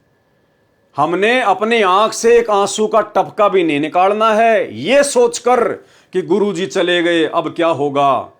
वैसे उनके प्यार में, उनके प्रेम में, उनकी याद में चाहे लाख रो, कोई दिक्कत नहीं है, लेकिन मन में अगर ये भाव आ गए कि गुरुजी चले गए, अब पता नहीं मैं यहां से जाऊंगा कि नहीं जाऊंगा, तो फिर नहीं जा पाओगे, बिल्कुल नहीं जा पाओगे।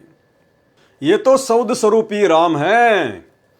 परमात्मा कहते पहुंचूंगा क्षण एक में और जन अपने के काज, यानी सतलोक से एक क्षण में, एक क्षण क्या होता है, एक पलक, आंख झपके इतनी देर में, कहते सतलोक से अपनी आत्मा के लिए मैं नीचे आ जाऊंगा। पहुंचूंगा क्षण एक में जन अपने के काज, हिरणा कुश उदर उदारिया, नरसिंह जू धर ल्यों साज। ये तो वो समर्थ भगवान है, ये हमसे दूर कहां है, ये हमसे दूर नहीं है। आज पूज्य गुरुदेव भगवान हिसार की छोटी जेल में बैठ के जो लीला कर रहे हैं, हमने उनसे शिक्षा लेनी चाहिए। परमात्मा ज्ञान आधार से हमारे को मजबूत कर रहे हैं, हमारी रिहर्सल चल रही है, प्रैक्टिस चल रही है।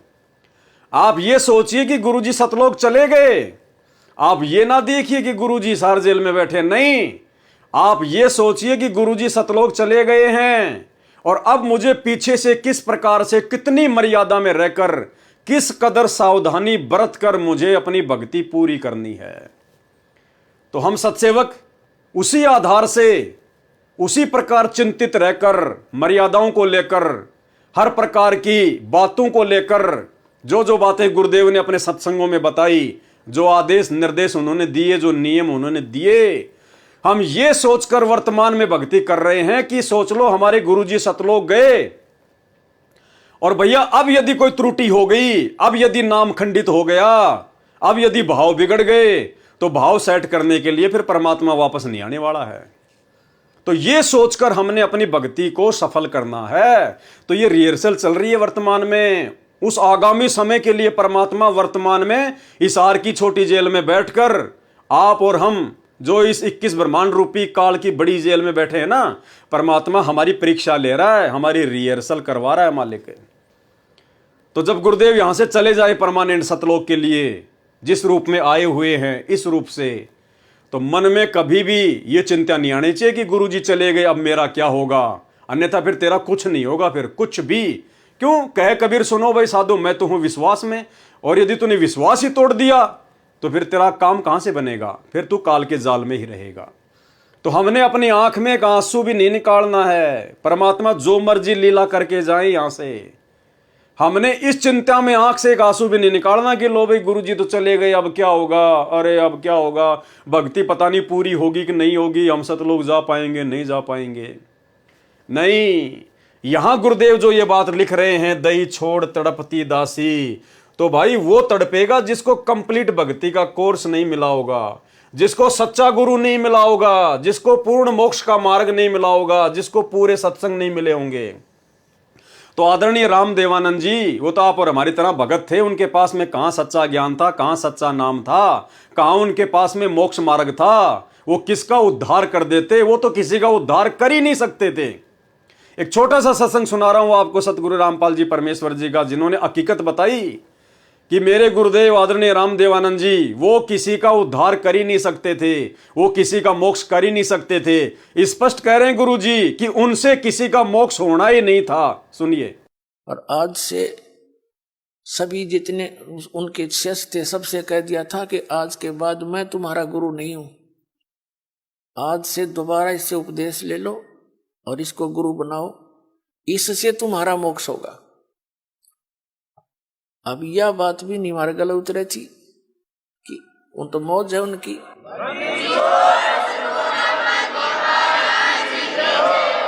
कहने का भाव यह था कि उन्होंने अपना वजन तार दिया, क्यों उन परमात्मा के हंस थे वो खास, और सुनियोजित तरीके से इस बिचली पीढ़ी तक ये मूल धन लाना था हमने, और वो उनको उनके से द्वारा पार नहीं होने थे, ये पार इस दास के द्वारा होने थे।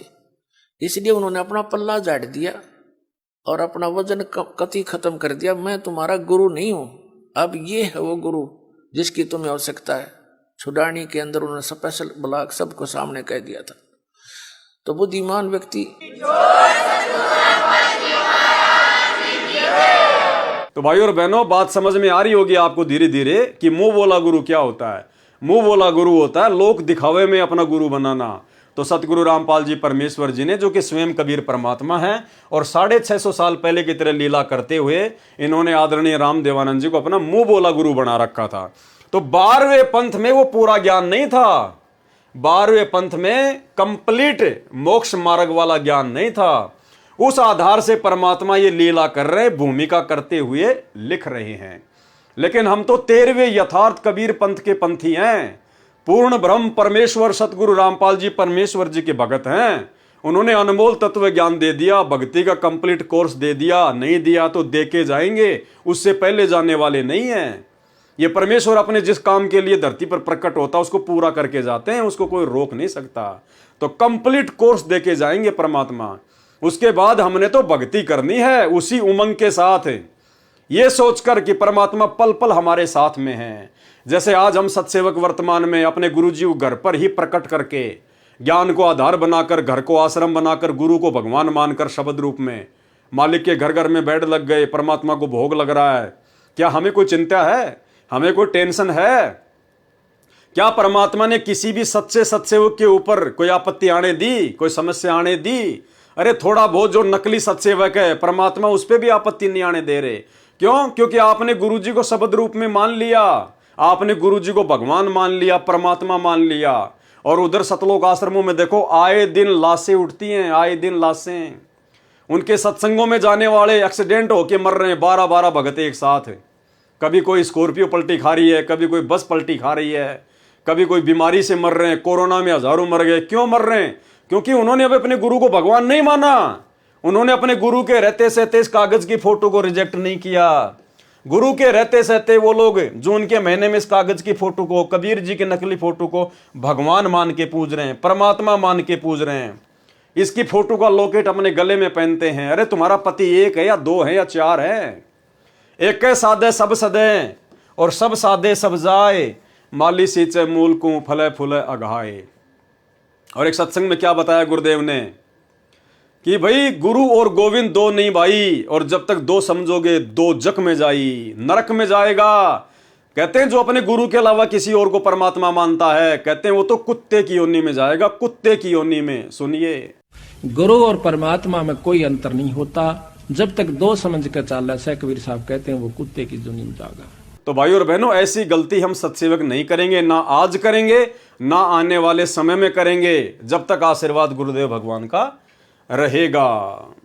तो तुम्हें कहां ढूंढ कर लाऊं, मैं तड़प तड़प रह जाऊं, और आप गए अमर स्थान, दई छोड़ तड़पती दासी। तो ये लाइन हम सतसेवकों ने नहीं बोलनी है, और हमने जो भक्ति बोध छपवाई है उसमें से हमने इस लाइन को बिल्कुल हटा दिया है, क्योंकि ये हमारे लिए नहीं है।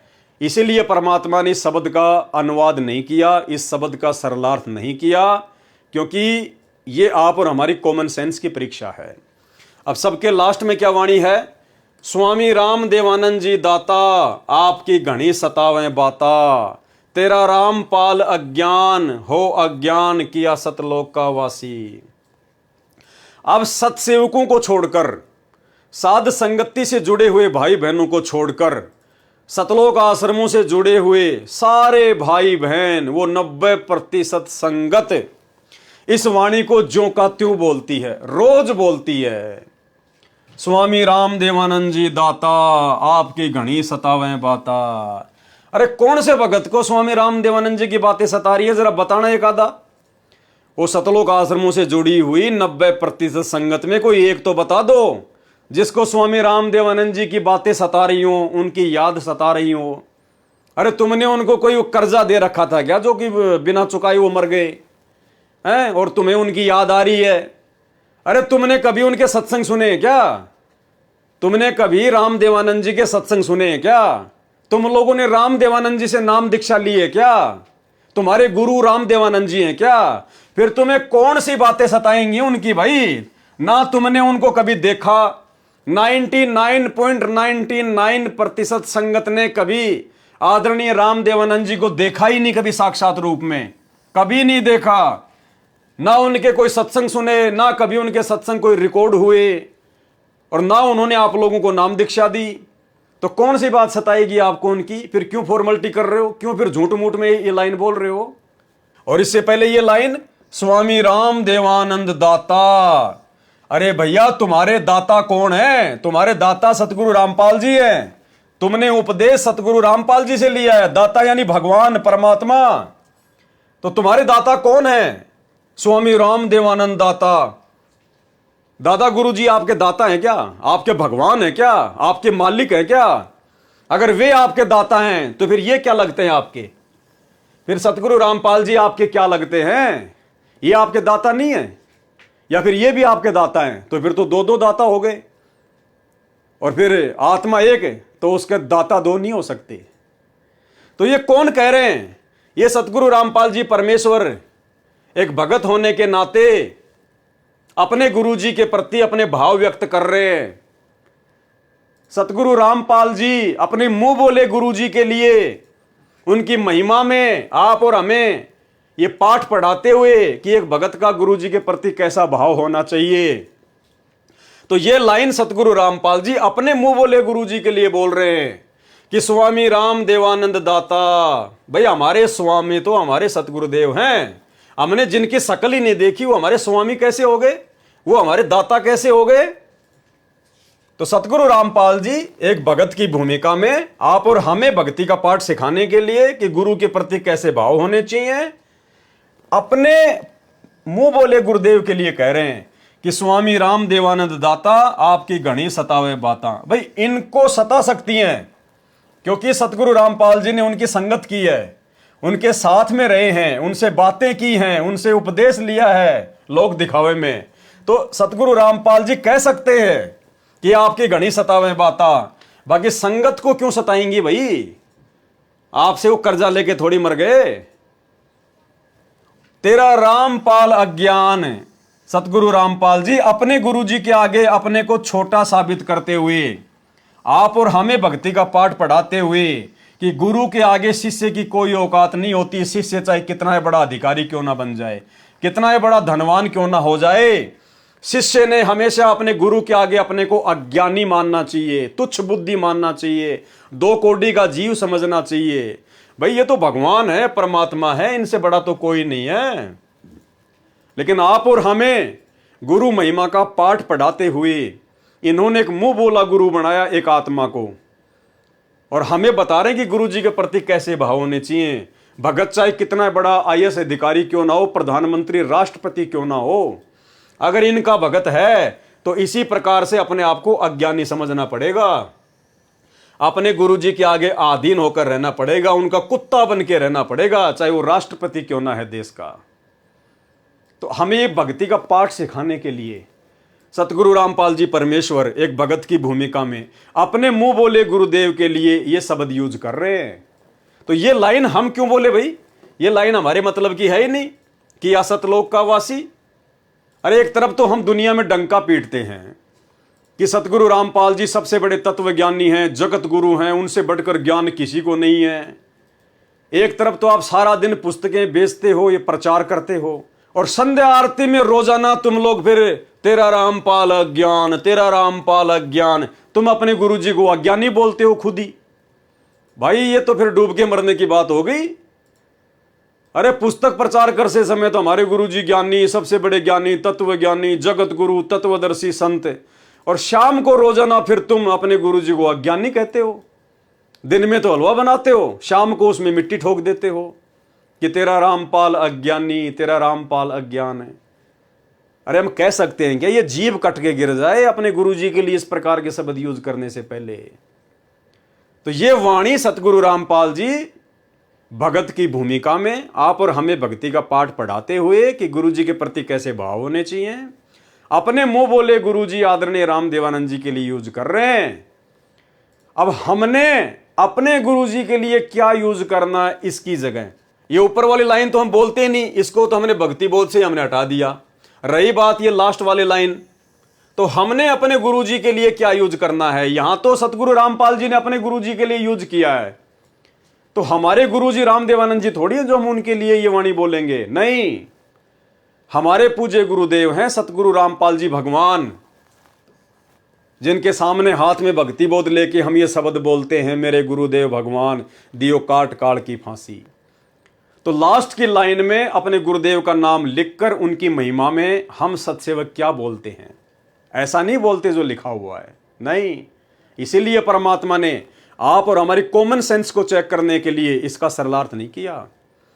और आज से नहीं, हम सत्सेवक पिछले 8 वर्षों से, 2016 से, जब से परमात्मा ने सद्बुद्धि बख्शी है, तब से हम सभी हजारों की संख्या में सत्सेवक भाई बहन इस लास्ट की लाइन की जगह कि स्वामी रामदेवानंद जी दाता आपकी घनी सतावे बाता, तेरा रामपाल अज्ञान किया सतलोक का वासी, हम इस लाइन को नहीं बोलते। इसकी जगह हम क्या बोलते हैं, परमेश्वर सतगुरु रामपाल जी दाता आपकी घनी अमोलक बाता। अमोलक बाता यानी जिन बातों के बराबर और दुनिया में कोई बात ही नहीं हो, जिससे बढ़कर कोई ज्ञान ही नहीं हो, अनमोल बातें, सत्संग।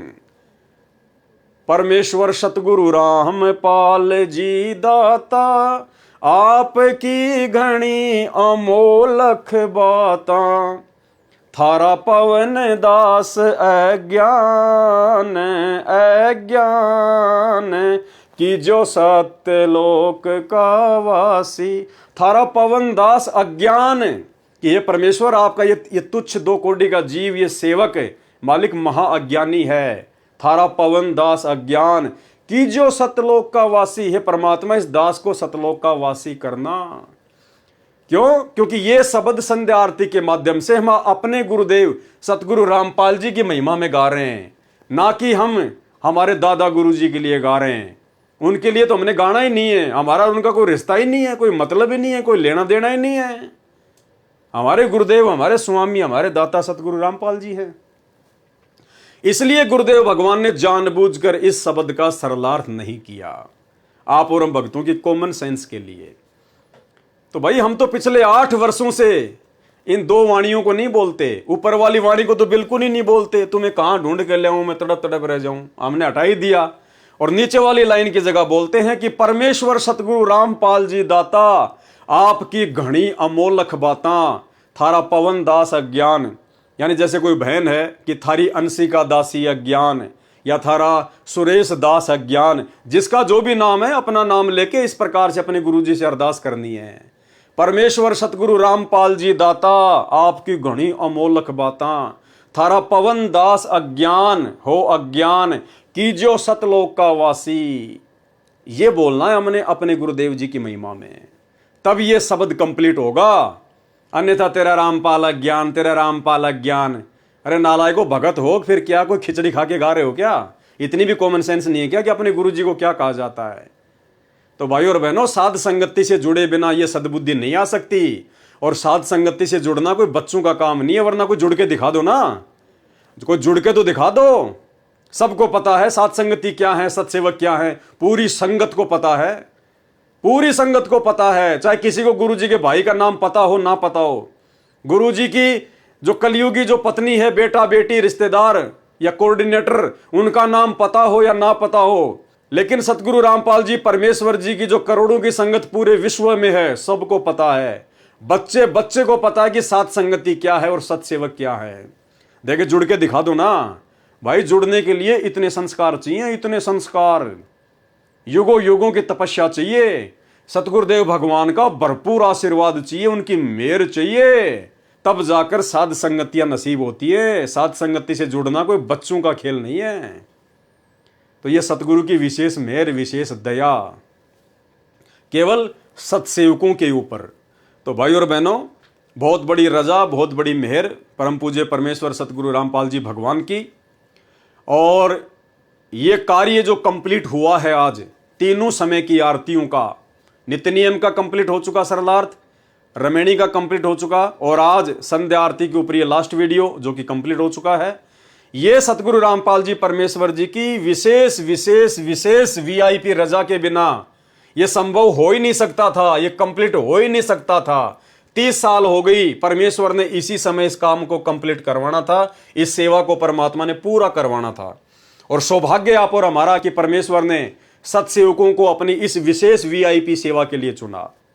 तो भाइयों और बहनों, आप और हम सब दो कोटि के तुच्छ जीव हैं, हमारी कोई हैसियत नहीं, कोई औकात नहीं है। आप लोगों को समझने की शक्ति भी सतगुरु रामपाल जी भगवान ने प्रदान करी, और दास को समझाने की दया भी सतगुरु रामपाल जी भगवान ने प्रदान करी। अन्यथा अल्लाह मेहरबान तो गधा पहलवान, इसके अलावा आप और हमारी कोई औकात, कोई हैसियत नहीं है। तो तीनों समय की आरतियों का सतगुरु रामपाल जी भगवान के विशेष विशेष आशीर्वाद से सरलार्थ कंप्लीट हुआ। और इसके लिए हम पूज्य गुरुदेव भगवान का जितना अनंत कोटि दंडवत धन्यवाद करें उतना थोड़ा है।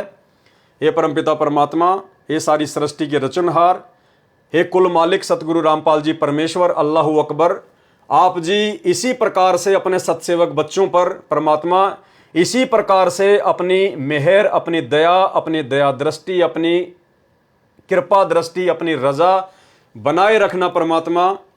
आपके आशीर्वाद के बिना परमात्मा हम एक कदम भी भक्ति मार्ग पर ज्ञान आधार से आगे नहीं चल सकते। हे परमेश्वर, आपने लाखों करोड़ों की संगत में से अपने हीरो मोती लाल छांट के साथ संगति से जोड़े हैं। यह आपकी विशेष विशेष मेहर है परमात्मा, और आपकी विशेष मेहर परमात्मा अंतिम श्वास तक इसी प्रकार से बनी रहे। आपका आशीर्वाद हम तुच्छ जीवों के शीश पर इसी प्रकार से बने रहे परमेश्वर। बस हमारी यही इच्छा, यही हमारी कामना है। यदि आप खुश हैं तो परमात्मा फिर भक्ति में कोई बाधा नहीं है। तो भाइयों और बहनों, इसी स्तुति के साथ में, इसी प्रार्थना के साथ में, और आज हम सतगुरुदेव भगवान से आशीर्वाद प्राप्त करेंगे। लास्ट में परमात्मा का जयकारा लगाएंगे, परमात्मा का धन्यवाद करेंगे। बंदी छोड़ सतगुरु रामपाल जी भगवान की जय हो।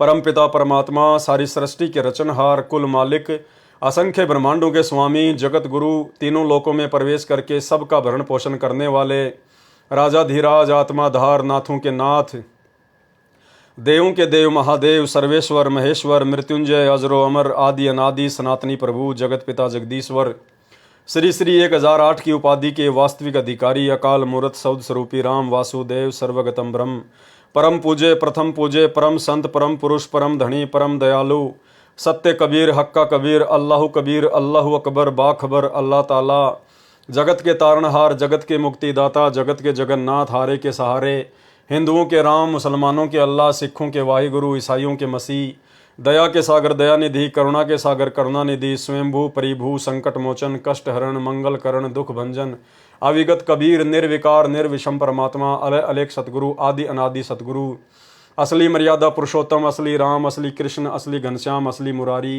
राजाओं के राजा, महाराजाओं के महाराजा, शहंशाहों के शहंशाह, सम्राटों के सम्राट, भगवानों के भगवान, अल्लाहों के अल्लाह, प्रभुओं के प्रभु, मसीहों के मसीह, सच्चे वाहिगुरु, बाबाओं के बाबा, पीरों के पीर, सेठों के सेठ, जगत सेठ, सावड़सा सेठ, सर्वगुण संपन्न, अनंत कोटि कलाओं के स्वामी, अनंत कोटि ब्रह्मांडों के नायक, योगियों में महायोगी, ध्यानियों में महाध्यानी, सिद्धों में परम सिद्ध, ज्ञानियों में तत्वज्ञानी, ब्रह्म ज्ञानी, महाज्ञानी, परम ज्ञानी, सर्वश्रेष्ठ ज्ञानी, विज्ञानी, युवा कबीर, समरत कबीर, समवात, अमित ओझा, सच्चे रहनुमा, करीम अल्लाह, सुभान अल्लाह, दुनिया के अंतिम पैगंबर, 8 सितंबर 1951 से गांव धनाना, जिला सोनीपत, हरियाणा, भारतवर्ष की पावन भूमि पे प्रकट रियल कल की भगवान श्री नारायण साकार हरि श्री बाबा साहेब संत श्रोमणी सतगुरु रामपाल जी परमेश्वर जी के चरण कमल में साध संगति से जुड़े हुए देश विदेश से हम सभी सत्सेवक भाई बहनों का अनंत कोटि दंडत प्रणाम।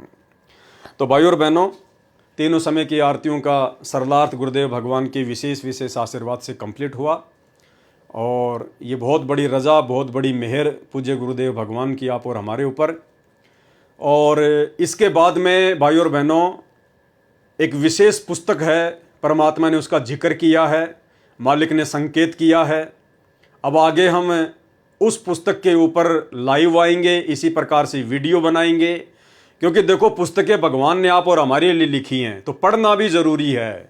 सब भगत नहीं पढ़ पाते हैं, इसलिए परमात्मा दया कर रहे हैं साथ संगति के माध्यम से कि हम उन पुस्तकों को पढ़ेंगे और साथ में जहां जहां समझने लायक बात होगी परमात्मा अपना आशीर्वाद देकर उस बात पर विश्लेषण भी करवाएंगे। तो अगली जो पुस्तक है उसका नाम है भक्ति और भगवान। ये बहुत ही विशेष पुस्तक है, 150 पेज की पुस्तक है, 10-12 इसके ऊपर वीडियो बनेंगे। और परमेश्वर ने इस पुस्तक में भाई और बहनों बहुत सारे गूढ़ रहस्य छुपा रखे हैं। इस भक्ति और भगवान पुस्तक में गुरुदेव ने स्पष्ट कर रखा है कि उनके छोटे भाई महेंद्र का इस जन्म में मोक्ष नहीं होगा। स्पष्ट कर रखा है वहां पर परमात्मा ने। यानी ये लाखों की करोड़ों की मूर्ख संगत जिन गुरुदेव भगवान के कलयुगी बेटा बेटी भाई बंधु रिश्तेदारों के पीछे अंधी होकर चल रही है, वो खुद तो डूबेंगे सो डूबेंगे, संगत को भी लेके डूबेंगे।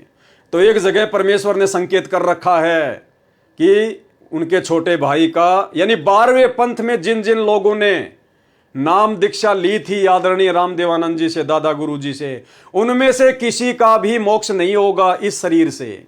उनको दोबारा से मनुष्य जन्म लेना पड़ेगा, स्पष्ट लिखा हुआ है। और भी बहुत सारे गूढ़ रहस्य उस पुस्तक में हैं, हमारे विश्वास को दृढ़ करेंगे। तो दास आपको समय बता देगा, डेट बता देगा और उसके बाद हम उस पुस्तक के ऊपर लाइव वीडियो बनाएंगे। तब तक के लिए गुरुदेव भगवान से आशीर्वाद, इजाजत, बंदी छोड़। सतगुरु रामपाल जी भगवान की जय हो।